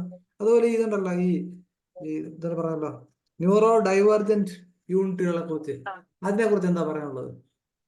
അതും ഇതുപോലെ ഈ ഒരു ഗ്രൂപ്പില്, കാര്യം ഞാൻ ഇന്ത്യൻ അക്കാഡമി ഓഫ് പീഡിയാട്രിക്സിലും പോയി അറ്റൻഡ് ചെയ്യാൻ. നമ്മളെ അടുപ്പിക്കാത്ത ഒരു ഏരിയ ആണല്ലോ ശരിക്കും പറഞ്ഞാൽ അലോപ്പതി, ഫുൾ ഓഫ് അലോപ്പതി ഡോക്ടേഴ്സിന്റെയും ഒക്കെ ഏരിയ ആണ്. അവര് പിന്നെയും തെറാപ്പിസ്റ്റുകളെ ഉണ്ടായിരുന്നു അതിന്റെ കൂട്ടത്തിൽ. അത് എന്റെ കൂടെ ഇപ്പൊ അഡ്മിനിസ്ട്രേഷൻ അക്കൗണ്ട്സ് ഹെഡായിട്ട് വരുന്ന അശോകൻ സാർ, MKC നായർ സാറിന്റെ കൂടെ പണ്ട് മുതലേ വർക്ക് ചെയ്ത സാറാണുള്ളത്. അപ്പൊ സാറാണ് എൻ്റെ അടുത്ത് പറഞ്ഞിട്ട് റെക്കമെൻഡ് ചെയ്തിട്ട് ഞാൻ രജിസ്റ്റർ ചെയ്തു. 7,000 രൂപയാണ് നമുക്ക് ഡെലിഗേറ്റ് ഫീ. പക്ഷെ അങ്ങനെ രജിസ്റ്റർ ചെയ്ത് പോയത് കൊണ്ട് അവരുടെ കുറേ പുതിയ സിൻഡ്രോംസിനെ പറ്റിയും കുറേ ക്ലാസ്സുകൾ നമുക്ക് കേൾക്കാൻ പറ്റി. ശരിക്കും നമ്മൾ കാണുന്ന ഓട്ടിസം അല്ലെങ്കിൽ സെർബൽ പാൽസി എന്ന് വിചാരിക്കുന്നത് പ്യുവർലി സെർബൽ പാൽസി ഓട്ടിസം ആയിരിക്കത്തില്ല. മെജോറിറ്റി ജെനറ്റിക് സിൻഡ്രോംസ് ആയിരിക്കും. അപ്പൊ നമ്മൾ കാണുമ്പം അവർക്കും ഈ ഓട്ടിസം കുട്ടികളെ പോലെ സ്പീച്ച് ഡിലേ ഉണ്ടാവും, കമ്മ്യൂണിക്കേഷൻ ഇഷ്യൂ ഉണ്ടാവും, അതുപോലെ ചിലർക്ക് റെപ്പറ്റേറ്റീവ് മൂവ്മെന്റ്സ് ഉണ്ടാവും. പക്ഷെ ഇതെല്ലാം നമ്മൾ ഒന്ന് ശ്രദ്ധിച്ചാല് അവർക്ക് എന്തെങ്കിലുമൊക്കെ മുഖം സാധാരണ കുഞ്ഞിന്റെ പോലെ അല്ല എന്നുണ്ടെങ്കിൽ നമ്മൾ അവരെ ഒരു ജനറ്റിക് എക്സോം സീക്വൻസിങ്ങിന് വിടണം എന്നുള്ളതാണ്, റെഫർ ചെയ്യണം എന്നാണ് എനിക്ക് അതിൽ നിന്ന് മനസ്സിലായത്. അങ്ങനെ നോക്കുമ്പോൾ ഞാൻ തന്നെ ഒരു 6 സിൻഡ്രോംസ് എൻ്റെ അടുത്ത് ഇതേപോലെ ന്യൂറോ ഡൈവർജന്റ് ആയിട്ട് വന്നു. ഇപ്പൊ അതാണ് ഞാൻ റീസെന്റ് എക്സ്പെരിയൻസിൽ അവിടെ പാനൽ ഡിസ്കഷനിൽ സംസാരിച്ചത്. അത് ഈ റീസെന്റ് ആയിട്ട് ഒരു കുഞ്ഞ്, ശരിക്കും അവന് ഇരുന്ന് നിരങ്ങ ഉണ്ടായിരുന്നുള്ളൂ, 3 വയസ്സായി. അവന് എണീറ്റ് നിൽക്കാനോ നടക്കാനും പറ്റത്തില്ല. മുഖം ഷേപ്പ് ശരിക്കും നോർമൽ കുട്ടികളുടെ പോലെ അല്ല, കുറച്ച് വ്യത്യാസം തോന്നി. അപ്പൊ അതുകൊണ്ട് അവനെ ഇവിടെ CDCയിലെ ശങ്കർ സാറിന്റെ അടുത്തേക്ക്, ശങ്കർ സാറാണ് ഈ മോളിക്കുലർ ജെനറ്റിക്സ് ചെയ്യുന്നത്, സാറിന്റെ അടുത്തേക്ക് ഒരു റെഫറൽ ലെറ്ററുമായിട്ട് ഞാൻ അയച്ചു. അങ്ങനെ സാറ് എക്സോം സീക്വൻസിങ് ചെയ്തിട്ട് കണ്ടുപിടിച്ചത് അത് ഇൻഫന്റൈൽ പാർക്കിൻസോണിസം എന്നാണ്. ഡോപ്പമിൻ റിസപ്റ്റർ ജീനിന്റെ മ്യൂട്ടേഷൻ ആണ്. അപ്പൊ അത് ശരിക്കും പറഞ്ഞാല് അതൊരു ജനറ്റിക് ഡിസോർഡർ ആണെന്നും ഏറ്റവും സർപ്രൈസിങ് ആയെന്ന് പറഞ്ഞാൽ ഇത് ഡയഗ്നോസ് ചെയ്തു സാർ, അവര് കൊണ്ടുപോയി ജനറ്റിക് എക്സോം സീക്വൻസിങ്ങിന് ബ്ലഡും കൊടുത്തു, തിരിച്ചു വന്നു.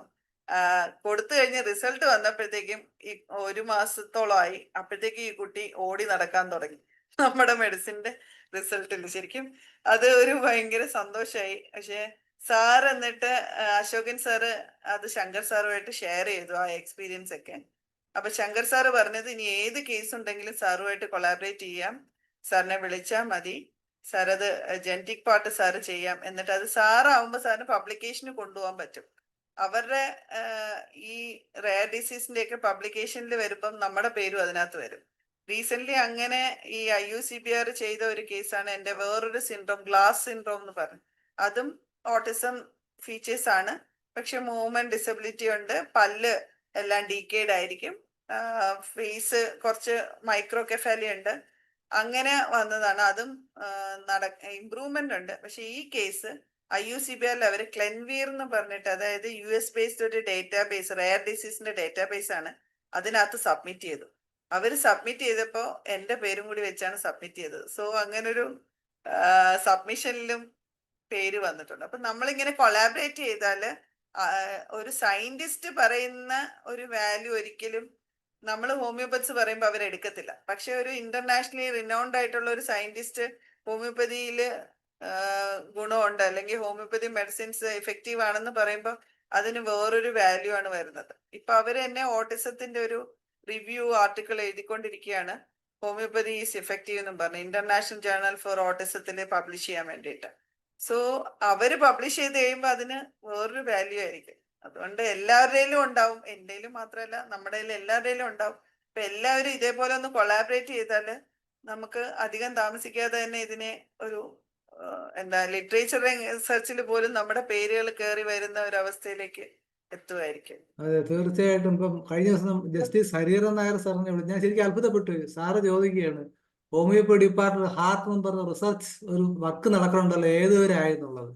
നമുക്ക് 15,000 ഹോമിയോപ്പതി രജിസ്റ്റേർഡ് ഡോക്ടർമാരിൽ എത്ര പേര് ഇതിനെ കുറിച്ച് അറിഞ്ഞിട്ടുണ്ടാവും? ഞാൻ അത്ഭുതപ്പെട്ടു. സാറിന് 75 വയസ്സെങ്കിലും വരും. ഇത്രയും പ്രായമുള്ള ഒരാൾ, ഇത്രയും വലിയൊരാള് വളരെ ഈഗറായിട്ട് ചോദിക്കുകയാണ്, എനിക്ക് അതിനകത്ത് ഡാറ്റ എവിടെ നിന്ന് കിട്ടും? ഞാൻ പിന്നെ പലയിടത്തോട് കണക്ട് കൊടുത്തു. അപ്പൊ നമ്മൾ നമ്മുടെ ബ്രെയിൻ ഇഗ്നൈറ്റഡ് മൈൻഡ്സ് ആക്കി മാറ്റണം. ആ ഒരു ഇഗ്നിഷൻ കൊടുക്കുക എന്നുള്ളതാണ് ഈ പ്രോഗ്രാം ഒരു ബിന്ദുവിനെ കൊണ്ടുവന്നതിനോട് ഞാൻ ഉദ്ദേശിക്കുന്നത്. നമ്മുടെ ഇസ്മായിൽ സേഡ് സാർ എന്തായാലും വളരെ സംതൃപ്തനായി കാണും. സാറിനെ വിളിക്കാം. സാറേ, സാർ ആ കോളേജിന്റെ പൂർവ്വ വിദ്യാർത്ഥി കൂടിയാണ്, നമ്മുടെ Vijayaraja sir. Please unmute sir. വളരെ സന്തോഷമുണ്ട്. കാരണം ഈ കോളേജിൻ്റെ ആണെന്ന് പറഞ്ഞാൽ ഞാൻ ഇപ്പൊ കയറിയത്. എനിക്ക് നല്ല ഗസ്റ്റ് ഉണ്ടായിരുന്നു, അവരെ നേരത്തെ പറഞ്ഞയച്ചു കയറിയ. അപ്പോഴാണ് പറഞ്ഞത് നമ്മുടെ കോളേജിൻ്റെ ആണെന്നുള്ളത്. ആ കോളേജ് പഠിച്ചുകൊണ്ട് ഞാൻ വളരെ അഭിമാനമുള്ള എനിക്കുണ്ട്. കാരണം അത്ര ചെറിയൊരു കോളേജിൽ ഒരുപാട് കാര്യങ്ങൾ മനസ്സിലാക്കാൻ പറ്റിയ കോളേജായിരുന്നു എനിക്ക്. ഇപ്പൊ അതുമായിട്ട് ബന്ധപ്പെട്ടാണ് എല്ലാം വലിക്കുന്നത്. അതുകൊണ്ട് വളരെ സന്തോഷമുണ്ട്. എല്ലാവിധ നന്മകളും നേരെയാണ് ആ കോളേജിന് വേണ്ടി. ഇനിയും അന്ന് നമ്മുടെ ട്രിവാൻഡ്രത്ത് വെച്ചൊരു കൂടിയപ്പോഴേ അവിടുത്തെ ഡോക്ടറില്ലേ, അവിടെ പേരാണ് manager Ajayakumar sir. Ajayakumar sir പറഞ്ഞില്ലേ ആ ചില കാര്യങ്ങള്. അതെ പുള്ളി എല്ലാം തുറന്ന് പറഞ്ഞില്ലെങ്കിലും പറഞ്ഞിടത്തോളം പുള്ളി മെച്ചപ്പെട്ട കാര്യങ്ങളാണ് പറഞ്ഞത്.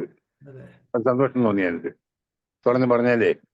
ഞാൻ കേട്ടിടത്തോളം പുള്ളി അങ്ങനെ പറയില്ല എന്നുള്ളതാണ് ഞാൻ മനസ്സിലാക്കിയത്. അന്ന് പുള്ളി തുറന്ന് കാര്യങ്ങൾ പറഞ്ഞു. കേട്ട വളരെ സന്തോഷമുണ്ടായി. അല്ല, സാറ് വളരെ വ്യത്യസ്തനാണ്. സാറ് അന്ന് പറഞ്ഞാണല്ലോ, എന്നെ ചിലപ്പോൾ അവർ പുറത്താക്കും, പക്ഷെ എന്നിരുന്നാൽ പോലും എനിക്ക് ഞാൻ കാണുന്നതും മനസ്സിലാക്കിയ അയാൾ പറയാതിരിക്കാൻ നിവൃത്തിയില്ല. മാത്രമല്ല അതെ കുട്ടികളോട് പറയണ്ടേ, നിങ്ങൾക്കൊരു അതെ പാഷൻ ഉണ്ടാവണം. അതെ വളരെ പ്രധാനപ്പെട്ട ഒരു കാര്യമാണ് അദ്ദേഹം പറഞ്ഞത്.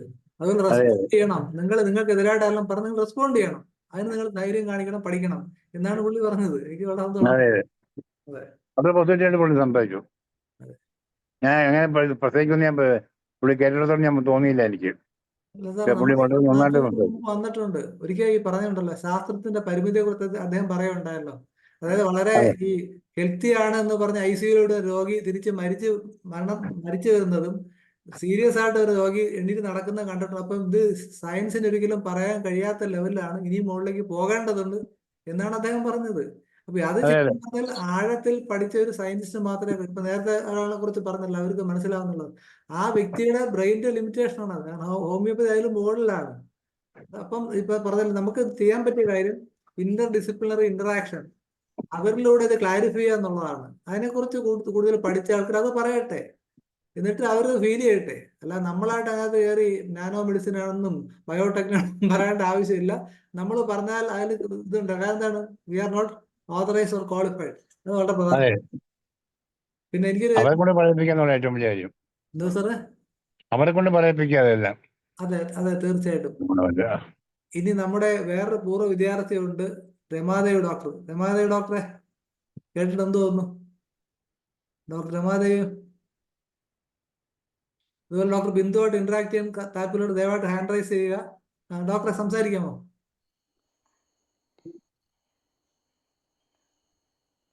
രമാദേവി കേൾക്കാം ഡോക്ടറെ. കേൾക്കാമോ? കേൾക്കാം കേൾക്കാം. ആ ഞാൻ ഇപ്പോൾ കുറച്ച് നേരമായിട്ടുള്ളൂ ഞാൻ കേട്ടിട്ട്. അപ്പോഴാണ് എനിക്ക് അതിൻ്റെ ഫുൾ ഡീറ്റെയിൽ മനസ്സിലായില്ല അവനത്. ഓക്കെ, ശരി.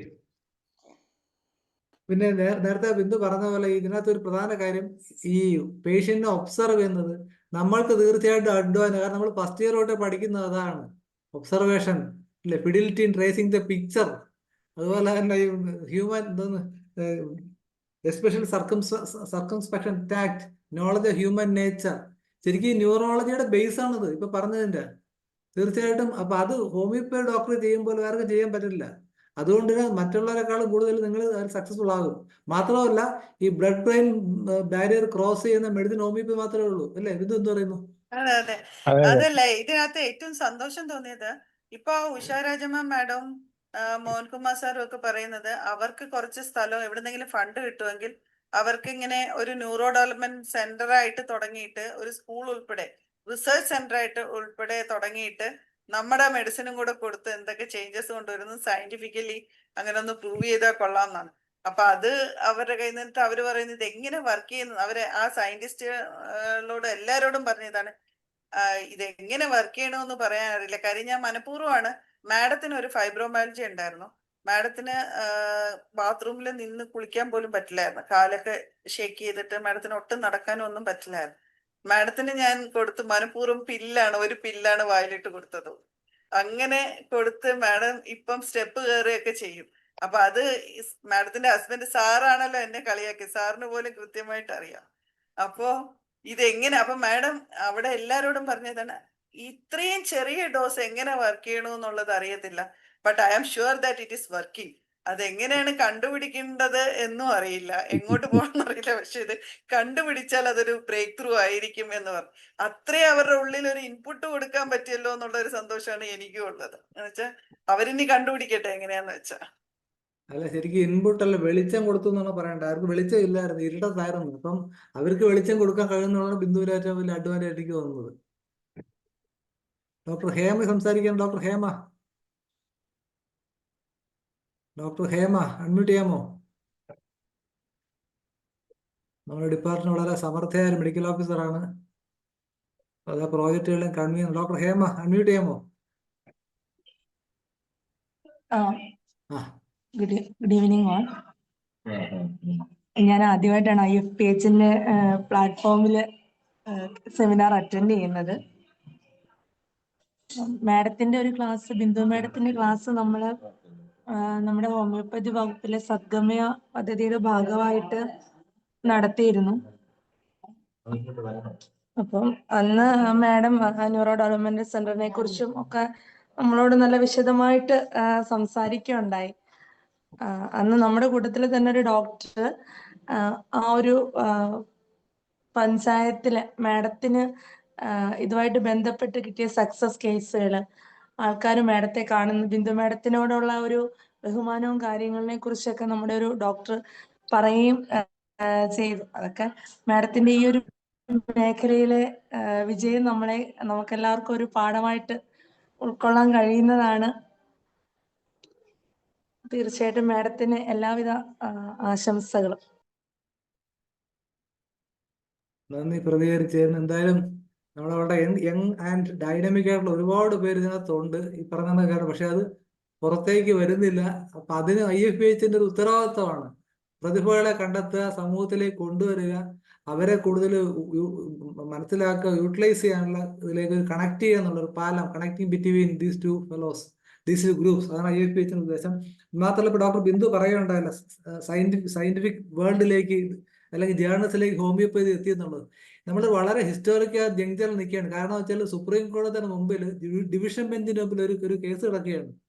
അത് ഹോമിയോപ്പതി ആൻഡ് ആയുഷ് സിസ്റ്റത്തിന്റെ സ്റ്റാറ്റസിനെ കുറിച്ചുള്ള വളരെ വളരെ പ്രധാനപ്പെട്ട ഒരു സമയമാണ്. അപ്പൊ ഇതിനകത്ത് ജഡ്ജിമാർ എങ്ങനെ തീരുമാനിക്കുന്നു എന്നതിനെ ആശ്രയിച്ചിരിക്കും പലരുടെയും പേരിന്റെ മുമ്പിലുള്ള ഡോക്ടറിന്റെ അക്ഷരം. അത് ആരും മനസ്സിലാക്കിയിട്ടില്ല എന്നുള്ളതാണ്. നമ്മളിവിടുത്തെ ഒരു സർട്ടിഫിക്കറ്റിന്റെ വില, നമ്മൾക്ക് കിട്ടുന്ന പ്രതിഫലം, സമൂഹത്തിലെ സ്ഥാനം, ഇത് ഇപ്പൊ തുലാസിലാണ്. അപ്പോൾ വളരെ സീരിയസ് ആയിട്ട് എല്ലാവരും കാണുകയും എല്ലാ സംഘടനകളും അതിനെക്കുറിച്ച് ചർച്ച ചെയ്യുകയും വേണം. സുപ്രീം കോടതിയുടെ മുമ്പിൽ ഇരിക്കുകയാണ്. അപ്പൊ താമസിയാതെ തന്നെ IFPHൽ അതിനെക്കുറിച്ച് സെൻസിറ്റൈസ് ചെയ്യാനായിട്ട് ഒരു ഡിസ്കഷൻ വെക്കുന്നുണ്ട്. ഇതിന്റെ എന്താണ് ഈ കേസ്, നമുക്ക് അതിനെ എങ്ങനെ നേരിടാം എന്നുള്ള കാര്യങ്ങൾ. അത് മാധ്യമങ്ങളിലൂടെയൊക്കെ വരണം. അതുപോലെ തന്നെ റിട്ടയർഡ് ജഡ്ജിമാരെ നമ്മുടെ പ്ലാറ്റ്ഫോമിൽ കൊണ്ടുവരണം. എല്ലാവരും നല്ല സ്വാധീനമുള്ളവരാണ്. അതുകൊണ്ട് ശ്രമിച്ചില്ല എന്നുണ്ടെങ്കിൽ ഇപ്പൊ ഇവരെയൊക്കെ പോലുള്ളവർ അതിന് അത്ഭുത കൃത്യങ്ങൾ ഭാവിയിൽ എന്താ പറയുക, വെള്ളത്തിൽ വരച്ച വര പോലെ. കാരണം കോടതി തിരിച്ചു പറഞ്ഞാൽ തീർന്നു. അത് ഡിവിഷൻ ബെഞ്ചാണ്. പിന്നെ പാർലമെന്റ് നിയമം പാസ്സാകുന്ന അറിയാലോ അതിന്റെ ബുദ്ധിമുട്ട്. അപ്പൊ അതുകൊണ്ട് ദയവായിട്ട് എല്ലാവരും ഇത്തരങ്ങൾ ശ്രദ്ധിക്കുക. ആരെങ്കിലും സംസാരിക്കേണ്ട ദയവായിട്ട് ഹാൻഡ് റൈസ് ചെയ്യുക.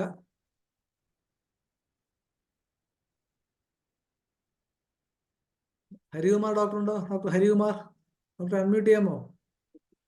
മനോജ് ഡോക്ടർ, അതുപോലെ ഒരു കാര്യം കൂടി, ഇപ്പം ഹേമ ഡോക്ടർ പറഞ്ഞതുപോലെ അന്ന് ആ ഒരു മനോജ് ഡോക്ടർ ഉണ്ടായിരുന്നെന്ന് തോന്നുന്നു ആ ക്ലാസ്സില്. അന്ന് കാരുണ്യ മിഷനിലെ ശരിക്കും ഏറ്റവും ഇപ്പൊ ഇന്നലെ ആയിരുന്നു ഞങ്ങളുടെ കഴിഞ്ഞ ഈ മാസത്തെ ക്യാമ്പ്. ഈ മാസത്തെ ക്യാമ്പിന് പോയപ്പോ ഏറ്റവും സന്തോഷം കിട്ടിയെന്ന് പറഞ്ഞാൽ അതിനകത്ത് കുറച്ച് കുട്ടികള് ബഹളം ഉണ്ടാക്കിയിട്ട് നമ്മൾ അകത്ത് പോയാണ് കണ്ടിരുന്നത്. അതുപോലെ ബെഡ് റിഡൻ ആയിരുന്നു, അവർക്ക് എണീപ്പിക്കാൻ പോലും പറ്റില്ല, സീഷേഴ്സും ഒക്കെ വരുന്നത് കൊണ്ട്. ഇന്നലെ പോയപ്പോ ഒരാൾ പോലും ഇപ്പൊ അകത്ത് മുറിയിൽ കിടപ്പില്ല. അവരെ എല്ലാം ക്ലാസ്സിൽ ഇവരെ കൊണ്ടുവരാൻ പറ്റുന്നുണ്ട്, കൊണ്ടുവന്ന് ഇരുത്താൻ പറ്റുന്നുണ്ട്. ആ ബഹളം എല്ലാം കുറഞ്ഞിട്ട് ഇവർക്ക് തെറാപ്പി കൊടുക്കാൻ, അതായത് ക്ലാസ് കൊടുക്കാൻ പറ്റുന്നുണ്ട്. അവരെല്ലാം മൂവ് ചെയ്ത് ഇപ്പൊ പുറത്തു കൊണ്ടുവന്നു. അത് ഒരാൾ ഒഴിച്ചിപ്പോ ഒരു വിമൽ എന്ന് പറഞ്ഞ അന്നത്തെ ബെഡ് റിഡൻ ആയിട്ടുള്ള ഒരു മോനുണ്ടെന്ന് പറഞ്ഞില്ലേ, ഒരു വയ്യാത്ത ആ കുഞ്ഞ്, അവൻ നല്ല ഇമ്പ്രൂവ്മെന്റ് ഉണ്ട്. അവനിപ്പോ ഒച്ച ഉണ്ടാക്കി എൻ്റെ അടുത്ത് റെസ്പോണ്ട് ചെയ്യുന്നുണ്ട്, എൻ്റെ അടുത്ത് ചിരിക്കുന്നുണ്ട്, എനിക്ക് കൈ തന്നു, അതൊക്കെ വന്നിട്ടുണ്ട്. പക്ഷെ ബാക്കി എല്ലാവരും ആ റൂമിലുണ്ടായിരുന്ന, വാർഡിലുണ്ടായിരുന്ന എല്ലാവരെയും പുറത്തേക്ക് കൊണ്ടുവന്ന് ആ ക്ലാസ്സിൽ ഇരുത്താൻ പറ്റുന്നു എന്ന് അറിഞ്ഞത് ഭയങ്കര സന്തോഷമായ ഒരു കാര്യമാണ്. അതും കൂടി ഷെയർ ചെയ്തു എന്നേ ഉള്ളൂ. അത് ചരിത്രപരമായ നേട്ടമാണല്ലോ. സാധാരണ എന്താ സംഭവിക്കുന്നത്, ഈ പറഞ്ഞ അവർ ഇരുളിലേക്ക് പൊയ്ക്കൊണ്ടിരിക്കുകയാണ്. അവർക്ക് വേറെ ലോകമില്ല. ഹനുമാൻ പറഞ്ഞ പോലെ no solace for a soul that frets and pines in the chains of the diseased body. Aphorism 221 second പാരഗ്രാഫിൽ പറഞ്ഞൊരു വാക്കുണ്ട്. ആ ഒരു diseased body, frets and pines in the chains of the diseased body. ശരീരം എന്ന് പറയുന്ന ഒരു ചങ്ങലയായിട്ട് മരണത്തിന് പിടയ്ക്കുകയാണ്. യാതൊരു ആശ്വാസവും അവർക്കില്ല, സമാശ്വാസവും ഇല്ല. അപ്പൊ ആ ലോകത്തുനിന്ന് വെളിച്ചത്തിലേക്ക് കാണിച്ചു കൊടുക്കുന്ന പറഞ്ഞാൽ ഒരു മഹത്തായ കൃത്യം തന്നെയാണ്, യാതൊരു സംശയവുമില്ല. ചേട്ടൻ സാറേ ആ. എന്ത് പറയാൻ സാറേ ഇത് കേട്ടിട്ട്? വളരെ സന്തോഷമുണ്ടായി. കാരണം ഒരു എക്സ്പോഷറാണ് ഇത്. ഇങ്ങനെയുള്ള കാര്യങ്ങൾക്ക് നമുക്ക് ഒരുപാട് കാര്യങ്ങൾ ചെയ്യാൻ പറ്റുന്ന മേഖലയാണ്. ട്രഡീഷൻ, മറ്റേത് ഡൗൺ സിൻഡ്രോം ഒക്കെ ഒരുപാട് ചെയ്യാൻ പറ്റില്ല. എനിക്ക് വളരെ ആഗ്രഹം ഉണ്ടായിരുന്നു, ഒരു സ്കൂൾ നടത്തണമെന്നുള്ള ആഗ്രഹം ഉണ്ടായിരുന്നതാണ്. ഞാൻ ഫറൂഖിൽ സ്ഥലം വാങ്ങിച്ചതുമാണ് അതിനുവേണ്ടി. അതൊരു ഒബ്ജക്ഷനൊക്കെ വന്നിട്ട് പിന്നെ പോയി. പിന്നെ ഞാനിപ്പോൾ എൻ്റെ കേസിൽ ധാരാളം കേസ് വന്നു. ഇപ്പോൾ ഇന്നും വന്നിട്ടുണ്ടായിരുന്നു 2-3 കേസ്. ഞാൻ പ്രത്യേക ശ്രദ്ധ വഹിച്ച് ചികിത്സിക്കുന്നുണ്ട്. എല്ലാവർക്കും മെച്ചമുണ്ട്. ഡൗൺ സിൻഡ്രോമിന് കൊടുത്തവർക്കെല്ലാം നല്ല മാറ്റമുണ്ട്. എന്തായാലും സാറിന്റെ സ്വാധീനം ഉപയോഗിച്ചിട്ട് വലിയ കേന്ദ്രമന്ത്രിമാരെ കാണുമല്ലോ സാറേ, നമ്മുടെ വിദ്യാഭ്യാസ കോളേജിലേക്ക് ഒരു സമയം കൊണ്ടുവരികയും ഇതൊന്ന് നേരിട്ട് കാണുകയും ചെയ്യും. നോക്കാം. അതുപോലെ തന്നെ ഒരു കാര്യം ശ്രമിച്ചു, പക്ഷെ നടന്നില്ല. നമ്മുടെ നിയമസഭാ സാമാജികർക്കായിട്ട് ഒരു പ്രത്യേക സെഷൻ 2 ബിന്ദുമാരുണ്ട്, ബിന്ദു ബിആർ, ബിന്ദു പുൽപ്പറമ്പ്. രണ്ടും അത്ഭുതങ്ങളുള്ളവരാണ്. ഇവരുടെ ഒരു സെഷൻ നിയമസഭയിൽ വെക്കുകയാണെന്നാണ് തീർച്ചയായിട്ടും അരമണിക്കൂർ കൊണ്ട് ഈ ലോകം മാറും. കേരളത്തിന്റെ ഒരു ആരോഗ്യ രംഗത്തെ ചരിത്രം തന്നെ മാറ്റിമറിക്കാൻ കഴിയും എനിക്ക് ഉറപ്പുണ്ട്. അത്ര അത്ഭുതകരമായ കേസാണ് അവർ കൈകാര്യം ചെയ്തത്. ഡോക്ടർ ബിന്ദു ഇടയ്ക്ക് ഒരു ഷണ്ടിന്റെ കാര്യം പറഞ്ഞല്ലോ, ഒരു അസൈറ്റിസ് ഒന്നും എന്തായിരുന്നു കേസ്? അത് ശരിക്കും നമ്മുടെ മാർത്താണ്ഡപിള്ള സാറിനെ കാണിച്ചുകൊണ്ടിരിക്കുന്നതാണ്. ഹൈഡ്രോകെഫാലസ് ആണ്. ആ മോന് 15 വയസ്സായി. 2 സൈഡിൽ നിന്ന് ഷണ്ട് ഇട്ടിട്ടുണ്ടായിരുന്നു. ഒരു സൈഡിൽ ഷണ്ട് ഒടിഞ്ഞു പോയി. എന്നിട്ട് അതിൽ നിന്നും ഫ്ലൂയിഡ് മുഴുവൻ വയറിൽ കെട്ടിയിട്ട് അസൈറ്റിസ് ആയിട്ട് വീട്ടിലുള്ള പാരന്റ്സ് തന്നെ സിറിഞ്ച് വെച്ച് എക്സ്ട്രാക്ട് ചെയ്തുകൊണ്ടിരുന്നതാണ്. ഇപ്പൊ എനിക്ക് തോന്നുന്നു 2 മാസമായി കാണും ട്രീറ്റ്മെന്റ്. തല ചെറുതായത് മാത്രമല്ല, ആ മോൻ തല പൊക്കി തുടങ്ങി. മറ്റേത് അമ്മ ഇങ്ങനെ എടുത്തോണ്ട് വരായിരുന്നു. ഇപ്പൊ അസൈറ്റിസ് ഉണ്ടാവുന്നില്ല, ഡെവലപ്പ് ചെയ്യുന്നില്ല. അവൻ റെസ്പോണ്ട് ചെയ്തു തുടങ്ങി ഇമോഷണലി. അവൻ ചിരിച്ചു തുടങ്ങി. അവന് വേണ്ട ഫുഡ് കിട്ടുമ്പോഴൊക്കെ സന്തോഷം കാണിച്ചു തുടങ്ങി. അപ്പൊ അത് ശരിക്കും മാർത്താണ്ഡപിള്ള സാറിനെ അവർ സ്ഥിരമായിട്ട് ഫോളോ അപ്പ് ചെയ്യുന്നതാണ്. അപ്പം പാരന്റ്സിനോട് ഞാൻ പറഞ്ഞു, ഹോമിയോപ്പതി ട്രീറ്റ്മെന്റ് ആണ് എടുക്കുന്നതെന്ന് പറയണം. അപ്പൊ അവര് പറയും, എന്തായാലും പറയും സാറിന് അത് പ്രശ്നമില്ല എന്നാണ് അവർ പറഞ്ഞത്. അവർ പറഞ്ഞാലും ഇല്ലെങ്കിലും അത് കാണുമ്പോൾ നമുക്ക് ഭയങ്കര സന്തോഷമാണ് ശരിക്കും. അങ്ങനെ ഒരു ചേഞ്ച് എന്ന് പറയുമ്പോൾ അമ്മയ്ക്ക് എടുക്കുന്നതിലെ ഭാരം തന്നെ കുറഞ്ഞു, ആ കുഞ്ഞിനെ എടുക്കുന്നതിന്റെ. പക്ഷെ ഫിസിയോതെറാപ്പി ഒന്നും ചെയ്യാൻ പറ്റില്ല, കൈ പെൻസിൽ പോലെ ആയിരിക്കുകയാണ്. കാര്യം ഡിസ്യൂസ് അട്രോഫി വന്നിട്ട് അങ്ങനെ ആയിപ്പോയതാണ്. പക്ഷെ ഇനി എനിക്ക് തോന്നുന്നു അവർക്ക് ഫിസിയോതെറാപ്പിയും കൊടുക്കാൻ പറ്റുമായിരിക്കും. അതും ഭയങ്കര സന്തോഷവും ഒരു കിട്ടിയ ഒരു കേസാണ്. ഒരുപാട് കേസുണ്ടല്ലോ, നമുക്ക് ചെയ്യാൻ പറ്റുന്ന ഒരുപാട് കേസുണ്ട്. ഇവിടെ തെങ്ങി ഇറങ്ങിയാൽ മാത്രമേ ചെയ്യാൻ പറ്റുള്ളൂ. ഒറ്റ കേസുകൾ ഒന്നും ഒഴിവാക്കരുത്. എത്ര ബിസിയുണ്ടെങ്കിലും. Harikumar doctor Henderson. ഹരികുമാർ ഡോക്ടറെ അൺമ്യൂട്ട് ചെയ്യാമോ ഹലോ. ഡോക്ടറെ? ഹലോ. Good evening. IFPHന്റെ എല്ലാവർക്കും ആശംസകൾ ആദ്യം പറയുന്നു. ഞാന് ഇപ്പൊ ഇത് കേട്ടുകൊണ്ടിരിക്കുകയായിരുന്നു. ഞാൻ ബിന്ദുവിനെ ആദ്യമായിട്ട് അഭിനന്ദിക്കുകയാണ്. നിങ്ങൾക്ക് എല്ലാവർക്കും അറിയാമെന്ന് തോന്നുന്നു, ഞാനൊരു 4 വർഷത്തോളം ഭിന്നശേഷി കമ്മീഷണറായിരുന്നു. അപ്പോഴെനിക്ക് ഈ ഭിന്നശേഷി ആൾക്കാരുമായിട്ടും ഭിന്നശേഷി കുട്ടികളുമായിട്ടൊക്കെ ബന്ധപ്പെടാൻ ഒരുപാട് അവസരം കിട്ടിയിട്ടുണ്ട്. അന്ന് ഞാൻ ഗവൺമെന്റ് സെക്രട്ടറിയും കൂടെ ആയിരുന്നു. ആ പോസ്റ്റിലായിരുന്നു ഞാൻ ഇരുന്നത്. അപ്പോഴേ ഞാൻ ഒരു നല്ല തീവ്രമായ ഒരു ശ്രമം നടത്തിയിട്ടുണ്ട്. കേരള സംസ്ഥാനത്തിലെ 14 ജില്ലയിലെയും ടീച്ചേഴ്സിന് ട്രെയിനിങ് കൊടുത്തിട്ടുണ്ട്. ഹൗ ടു ഐഡന്റിഫൈ അന്ന് ഈ ഡിഫറെന്റ്ലി ഏബിൾഡ് ചിൽഡ്രൻസ് എന്ന് പറഞ്ഞിട്ട്, അത് അവരുടെ അസസ്മെന്റിന് കേരളത്തിലെ 14 ജില്ലയിലെ ഡോക്ടർമാർക്കും ട്രെയിനിങ് കൊടുത്തിട്ടുണ്ട്. ലക്ഷക്കണക്കിന് രൂപ മുടക്കിയാണ് ആ ട്രെയിനിങ് ഒക്കെ നടത്തി. അതുപോലെ എല്ലാ പഞ്ചായത്ത് മെമ്പേഴ്സിനും കൊടുത്തിട്ടുണ്ട്. ഇപ്പം ബിന്ദു പറഞ്ഞ പോലെ കേരളത്തിലെ മുഴുവൻ ടീച്ചേഴ്സിനും 14 ജില്ലയിലെ ടീച്ചേഴ്സിനും അന്നത്തെ ടീച്ചേഴ്സിനും ട്രെയിനിങ് കൊടുത്തിട്ടുണ്ട്. MLA-മാർക്കും ട്രെയിനിങ് കൊടുത്തിട്ടുണ്ട്, അന്നുണ്ടായിരുന്ന MLA-മാർക്ക്. ഇവിടെ doctors, teachers, panchayat members, ASHA workers, പിന്നെ സ്കൂൾ ടീച്ചേഴ്സ്, MLAs ഇത്രയും കൊടുത്തിട്ടുണ്ട്. ബാർ കൗൺസിൽ മെമ്പേഴ്സിന്, സർവ്വ ബാർ കൗൺസിൽ മെമ്പേഴ്സിന്, ഏതാണ്ട് 10,000-കണക്കിന് ബാർ കൗൺസിൽ മെമ്പേഴ്സിനാണ് ഇവരുടെ നിയമപ്രശ്നങ്ങളെ കുറിച്ചുള്ള ഒരു ട്രെയിനിങ് കൊടുത്തിട്ടുള്ളത്. അത് മാത്രമല്ല, എനിക്ക് ഇവിടെ വളരെ സങ്കടകരമായ ഒരു കാര്യം ഞാൻ ഈ അവസരത്തിൽ പറയാൻ ആഗ്രഹിക്കുകയാണ്. ഞാൻ ഇൻസ്പെക്ഷന് പോയിട്ട് വരുമ്പോൾ തൃശ്ശൂർ ഇറങ്ങിയപ്പോൾ ഞാൻ തൃശ്ശൂർ ഡിസ്ട്രിക്ട് ഹോസ്പിറ്റലിൽ, ഹോമിയോ ഹോസ്പിറ്റലിൽ ജില്ലാ ഹോമിയോ ആശുപത്രിയിലെ 3 or 4 ഡോക്ടേഴ്സ് ഇതുമായി ബന്ധപ്പെട്ടൊരു പ്രോഗ്രാം നടത്തുന്നുണ്ടെന്ന് പറഞ്ഞായിരുന്നു. അപ്പോൾ ഞാൻ അവിടുത്തെ DMOയെ വിളിച്ച് കുട്ടികളെ വിളിച്ചു വരുത്തി, ആ ഡോക്ടേഴ്സിനെ വിളിച്ചു വരുത്തി. എന്നിട്ട് അവിടെ ഞാൻ ഓപ്പണായിട്ട് ആ കുട്ടികളോട് പറഞ്ഞു, നിങ്ങൾ പ്രോജക്റ്റിന്റെ ഒരു കോപ്പി എനിക്ക് തരൂ, ഞാൻ യാതൊരു ഇതില്ലാതെ 5 ലക്ഷം രൂപ കമ്മീഷണറെ അനുവദിക്കാനുള്ള അതുകൊണ്ട് അത് ഞാൻ നിങ്ങൾക്ക് തരാം, അത് ശരിയായിട്ട് നിങ്ങൾ യൂട്ടിലൈസ് ചെയ്യുകയാണെങ്കിൽ എനിക്ക് തന്നെ പവറുണ്ട്, 25 ലക്ഷം രൂപ ഞാൻ തരാം എന്ന് പറഞ്ഞു. എന്നിട്ട് ആ കുട്ടികളെ ഞാൻ ഒരു ഇത് തന്നില്ല. ഞാൻ 3 പ്രാവശ്യം ആ കുട്ടികളെ ഫോണിൽ കോണ്ടാക്ട് ചെയ്യാൻ നോക്കി. ഫോണിൽ കോണ്ടാക്ട് ചെയ്തു, പക്ഷെ തന്നിട്ടില്ല. അത് അവിടുത്തെ DMO ആയിരുന്ന അന്നത്തെ DMO ആയിരുന്ന ഡോക്ടർ വത്സലിനും അറിയാം. വത്സലൻ മുഖേനയാണ് ഞാനത് മീഡിയേറ്റ് ചെയ്തത്. അപ്പോൾ നമ്മളുടെ ആൾക്കാര് ഇതിന് ഇൻട്രസ്റ്റ് കൊടുക്കുന്നില്ല എന്നാണ് എനിക്ക് പറയാനുള്ളത്. നമ്മൾ അങ്ങോട്ട് ഓഫർ ചെയ്യാന്ന് പറഞ്ഞാൽ അതിന് ഇൻട്രസ്റ്റ് എടുക്കുന്നില്ല. പിന്നെ ഒരു കാര്യം എനിക്ക് അതും സങ്കടകരമായിട്ടാണ് പറയാനുള്ളത്. കേരളത്തിലെ ഏതാണ്ട് എനിക്ക് തോന്നുന്നു 20 വർഷം മുമ്പാണെന്നാണ് എൻ്റെ ഓർമ്മ, കേരള ഗവൺമെന്റ് സർവീസിലുള്ള എല്ലാ ഡോക്ടേഴ്സിനും ഹൗ ടു ട്രീറ്റ് ഇൻഫെർട്ടിലിറ്റി എന്ന് പറഞ്ഞ് ഞാൻ ഗവൺമെന്റിന്റെ ഒരു പ്രോഗ്രാമിൽ തിരുവനന്തപുരത്ത് വെച്ച് ഏതാണ്ട് 150 ഡോക്ടേഴ്സിന് ട്രെയിനിങ് കൊടുത്തിട്ടുണ്ടായിരുന്നു. ഞാനാണ് ട്രെയിനിങ് എക്സ്പേർട്ടായിട്ട് വന്നത്. പക്ഷേ സങ്കടകരം എന്താണെന്ന് പറയുമോ, ഈ ഇൻഫെർട്ടിലിറ്റി സെന്റർ ഒക്കെ വന്നപ്പോൾ എന്നെ പോലും അറിയിച്ചിട്ടില്ല എന്നുള്ളതാണ്. ഗവൺമെന്റോ അല്ലെങ്കിൽ അതിന്റെ ബന്ധപ്പെട്ട ഉദ്യോഗസ്ഥരോ.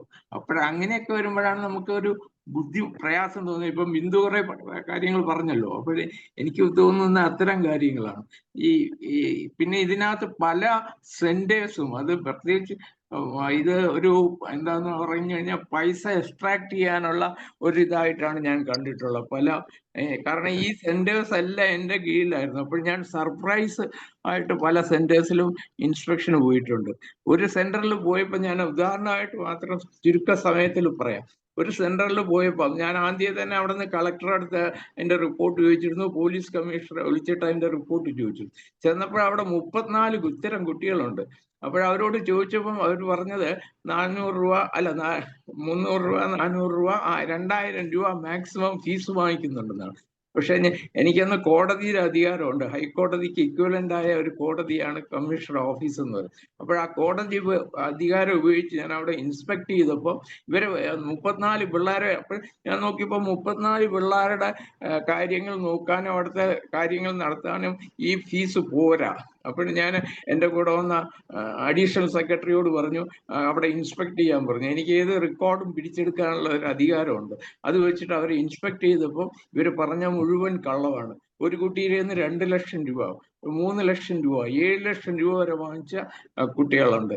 അത് പ്രവാസികളുടെ മക്കളാണ് കൂടുതലും. അപ്പോഴിങ്ങനെ കൊടുത്തിട്ട് ഇവിടെ എല്ലാം മിസ്യൂസ് നടക്കുന്നുണ്ട് ഭയങ്കരമായിട്ട്.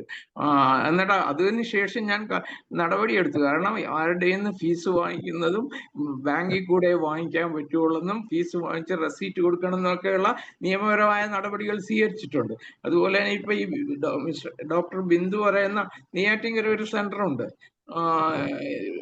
എനിക്ക് തോന്നുന്നു ബിന്ദുവിന് അറിയുമായിരിക്കും ആ സെന്ററും അത്ര ശരിയായിട്ട് എനിക്ക് തോന്നിയിട്ടില്ല പലപ്പോഴും. അപ്പോൾ അതിൽ പോയി വീഴാതിരിക്കണം എന്നാണ് പറയുന്നത്. പിന്നെ ഇത്തരം കാര്യങ്ങൾ ബിന്ദു പറഞ്ഞ ഒരു നല്ല ആസ്പെക്ട് ഏതാന്ന് പറഞ്ഞാൽ, ഇത്തരം കാര്യങ്ങൾ നമ്മൾ സയന്റിഫിക് ആയിട്ട് സ്റ്റഡി ചെയ്യുന്നതാണ്.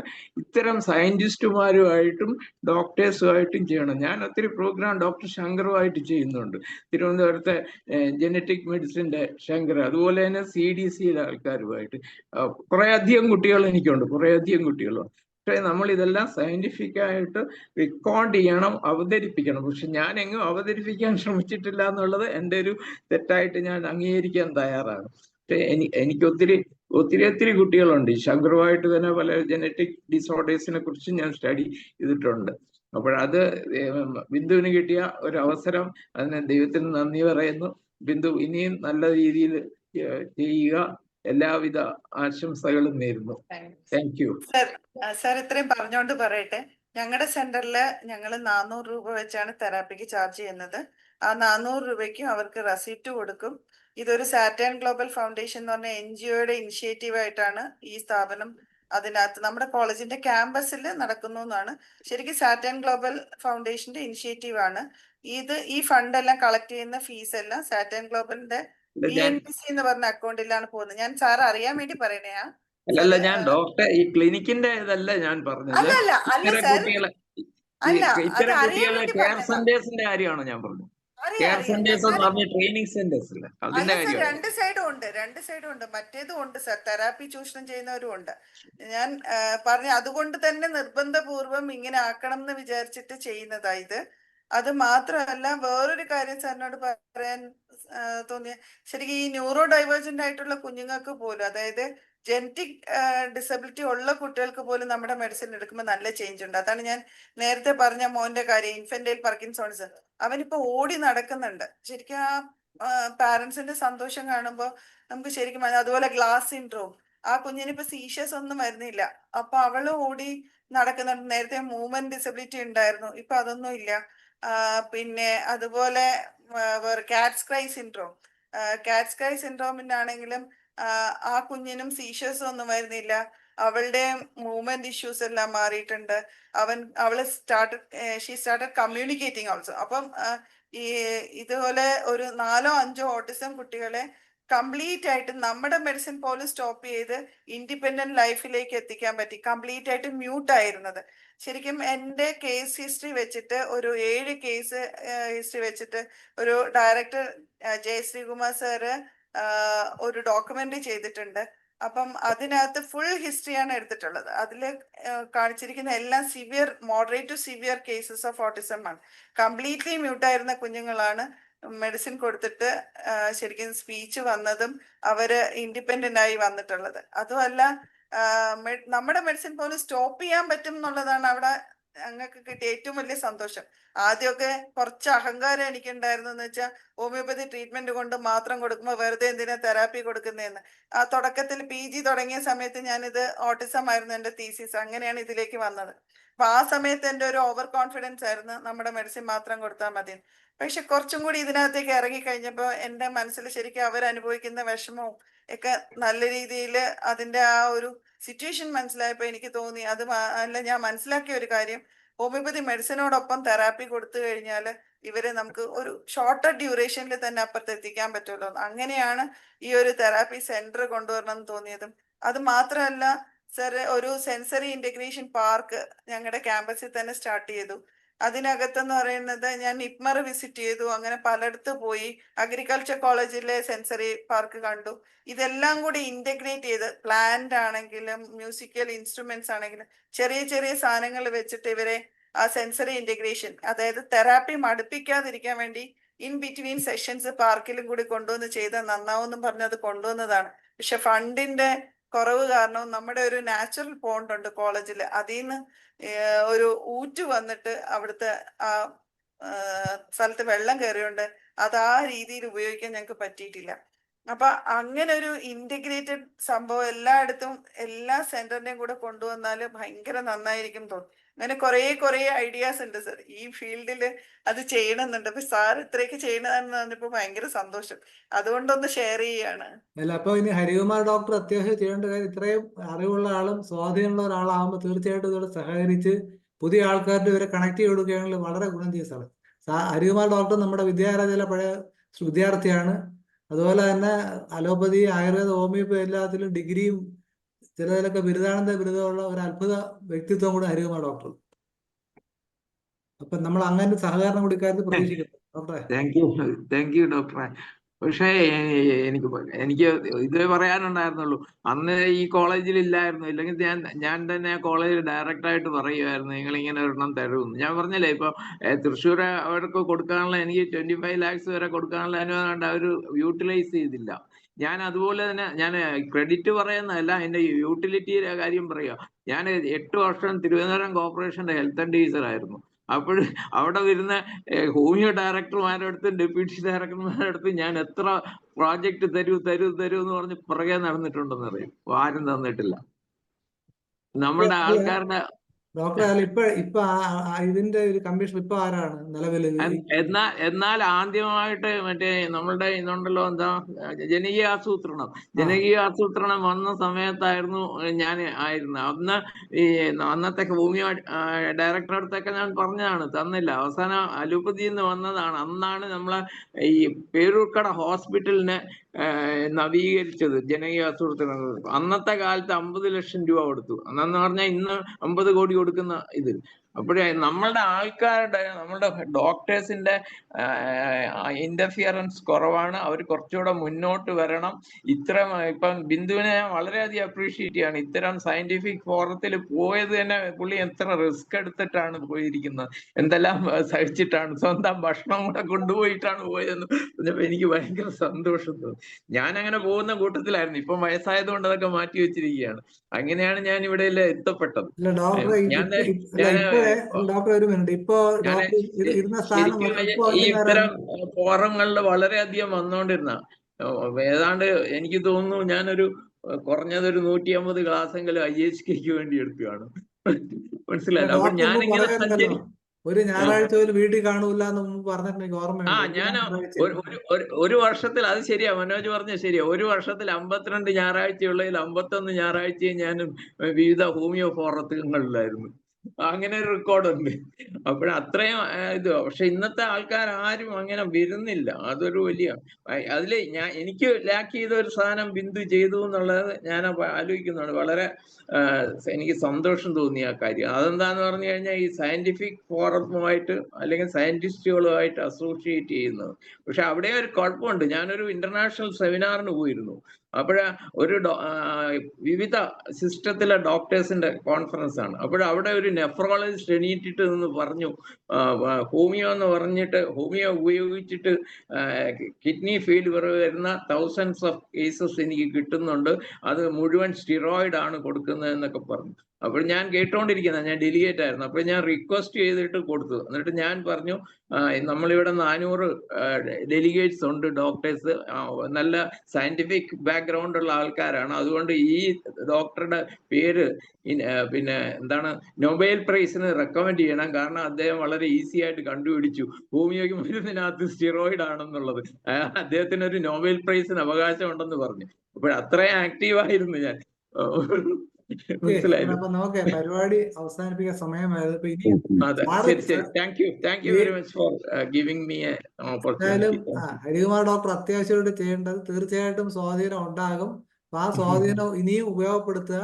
ഈ വിദ്യാരാജിലേക്ക് സാറൊന്ന് അല്ല, ഞാൻ 99.9, അതാണ് വേറൊരു സംഭവം. 99.9% ഹോമിയാണ് കഴിഞ്ഞ 47 വർഷമായിട്ട് ഞാൻ ചെയ്യുന്നത്. സാർ ഇപ്പൊ വേണ്ട അതല്ല സാറേ, ഇപ്പൊ പ്രസക്തം അതല്ല. സാറിന് അറിയാലോ ഇതിന്റെ ഭരണപരമായ കാര്യങ്ങൾ അറിയാം. അപ്പൊ ഇവരെ എങ്ങനെ സഹായിക്കാൻ പറ്റും എന്നുള്ള കാര്യം സാറ് ബിന്ദു ഡോക്ടർ സാറിനെ വിളിച്ചാൽ മതി, ഹെൽപ്പ് ചെയ്ത് തരും. അപ്പോ അങ്ങനത്തെ കാര്യം കൂടെ പറയുന്നു. എന്തായാലും നമ്മുടെ ഇന്നത്തെ ദിവസം പ്രതീക്ഷിച്ചതിനേക്കാൾ വളരെ ഭംഗിയായി. ഡോക്ടർ ബിന്ദു നല്ല സുഖമില്ലാതെ ഇരിക്കുന്ന ഒരു അവസ്ഥയിലും കൂടെയാണ്. പല്ലിന്റെ പ്രശ്നമായിട്ട് സംസാരിക്കാൻ പോലും ബുദ്ധിമുട്ടുള്ള ആ ഒരു സ്പിരിറ്റിലായിരിക്കും സംസാരിക്കുന്നത്, മനസ്സിലാക്കുന്നു. എന്തായാലും ഈ പരിപാടിയിൽ പങ്കെടുത്ത എല്ലാവർക്കും IFPHന്റെ നന്ദി പറയുന്നു. ഇനി അടുത്ത ഒരാളോട്ട് വീണ്ടും വരാനുണ്ട്. അതായത് ഹാപ്പിനെസ് ഇൻഡെക്സ് ഉയർത്താനായിട്ട് നേമം ബ്ലോക്കിൽ തന്നെ അടുത്തൊരു ഡോക്ടർ ലീബയെ ഞാൻ വിളിച്ചിട്ടുണ്ട്. അതുപോലെ ഇനിയിപ്പോ 10-ാം തീയതി ശാസ്ത്ര ദിനമാണ്. ശാസ്ത്ര ദിനത്തിൽ നൂതന സാങ്കേതിക വിദ്യ ഹൃദ്രോഗ ചികിത്സയിൽ ഡോക്ടർ ജയപാൽ, കാർഡിയോളജിസ്റ്റ് ആണ്. നേരത്തെ പറഞ്ഞ ഇന്റർ ഡിസിപ്ലിനറി ഇന്ററാക്ഷൻ തീർച്ചയായിട്ടും ഉണ്ടാകും. അതുപോലെ തന്നെ 14-ാം തീയതി ശിശുദിനമാണ്. ഉദ്ഘാടനം ചെയ്യുന്നത് ചലച്ചിത്ര താരമായ ഒരു കുട്ടിയാണ് ഉദ്ഘാടനം ചെയ്യുന്നത്. പീഡിയാട്രിക്സിനെ കുറിച്ചൊരു ക്ലാസ് ഉണ്ടാകും. അങ്ങനെ വിവിധ പരിപാടികൾ IFPH പ്രതീക്ഷിക്കാം. ഇപ്പൊ ബിന്ദുവിന്റെ സ്റ്റുഡൻസിനോട് ഞാൻ പലർക്കും ഇത് അയച്ചിരുന്നു, പക്ഷെ ഞാൻ നോക്കി ഒരാൾ പോലും വന്നില്ല എന്നുള്ളതാണ്. അപ്പോൾ ഈ പറയുന്ന നമ്മൾ പലരും കിട്ടിയില്ല കണ്ടില്ല എന്ന് പറയുന്നത് പലപ്പോഴും വെറുതെയാണ്. ഇതൊക്കെ ഒരു പരിധിവരെ എന്താ പറയുക, ഇഗ്നേറ്റഡ് ബ്രെയിൻസ് ആയി മാറുന്നില്ല. അത് കുഴപ്പമില്ല. ലക്ഷം പേര് ലക്ഷണമൊത്തവർ 1-2 ഉള്ളതെന്ന് പറഞ്ഞ സത്യമാണ്. പിന്നെ ഈ പറഞ്ഞ പോലെ നെല്ല് പത്തായത്തിലുണ്ടെങ്കിൽ എലി വയനാട്ടിൽ നിന്നും വരും എന്ന പ്രതീക്ഷയോടെ ഈ പരിപാടിയുടെ അവസാനിപ്പിക്കുന്നു. നാളെ ഈ ദിവസം വീണ്ടും കാണാം. നന്ദി, നമസ്കാരം.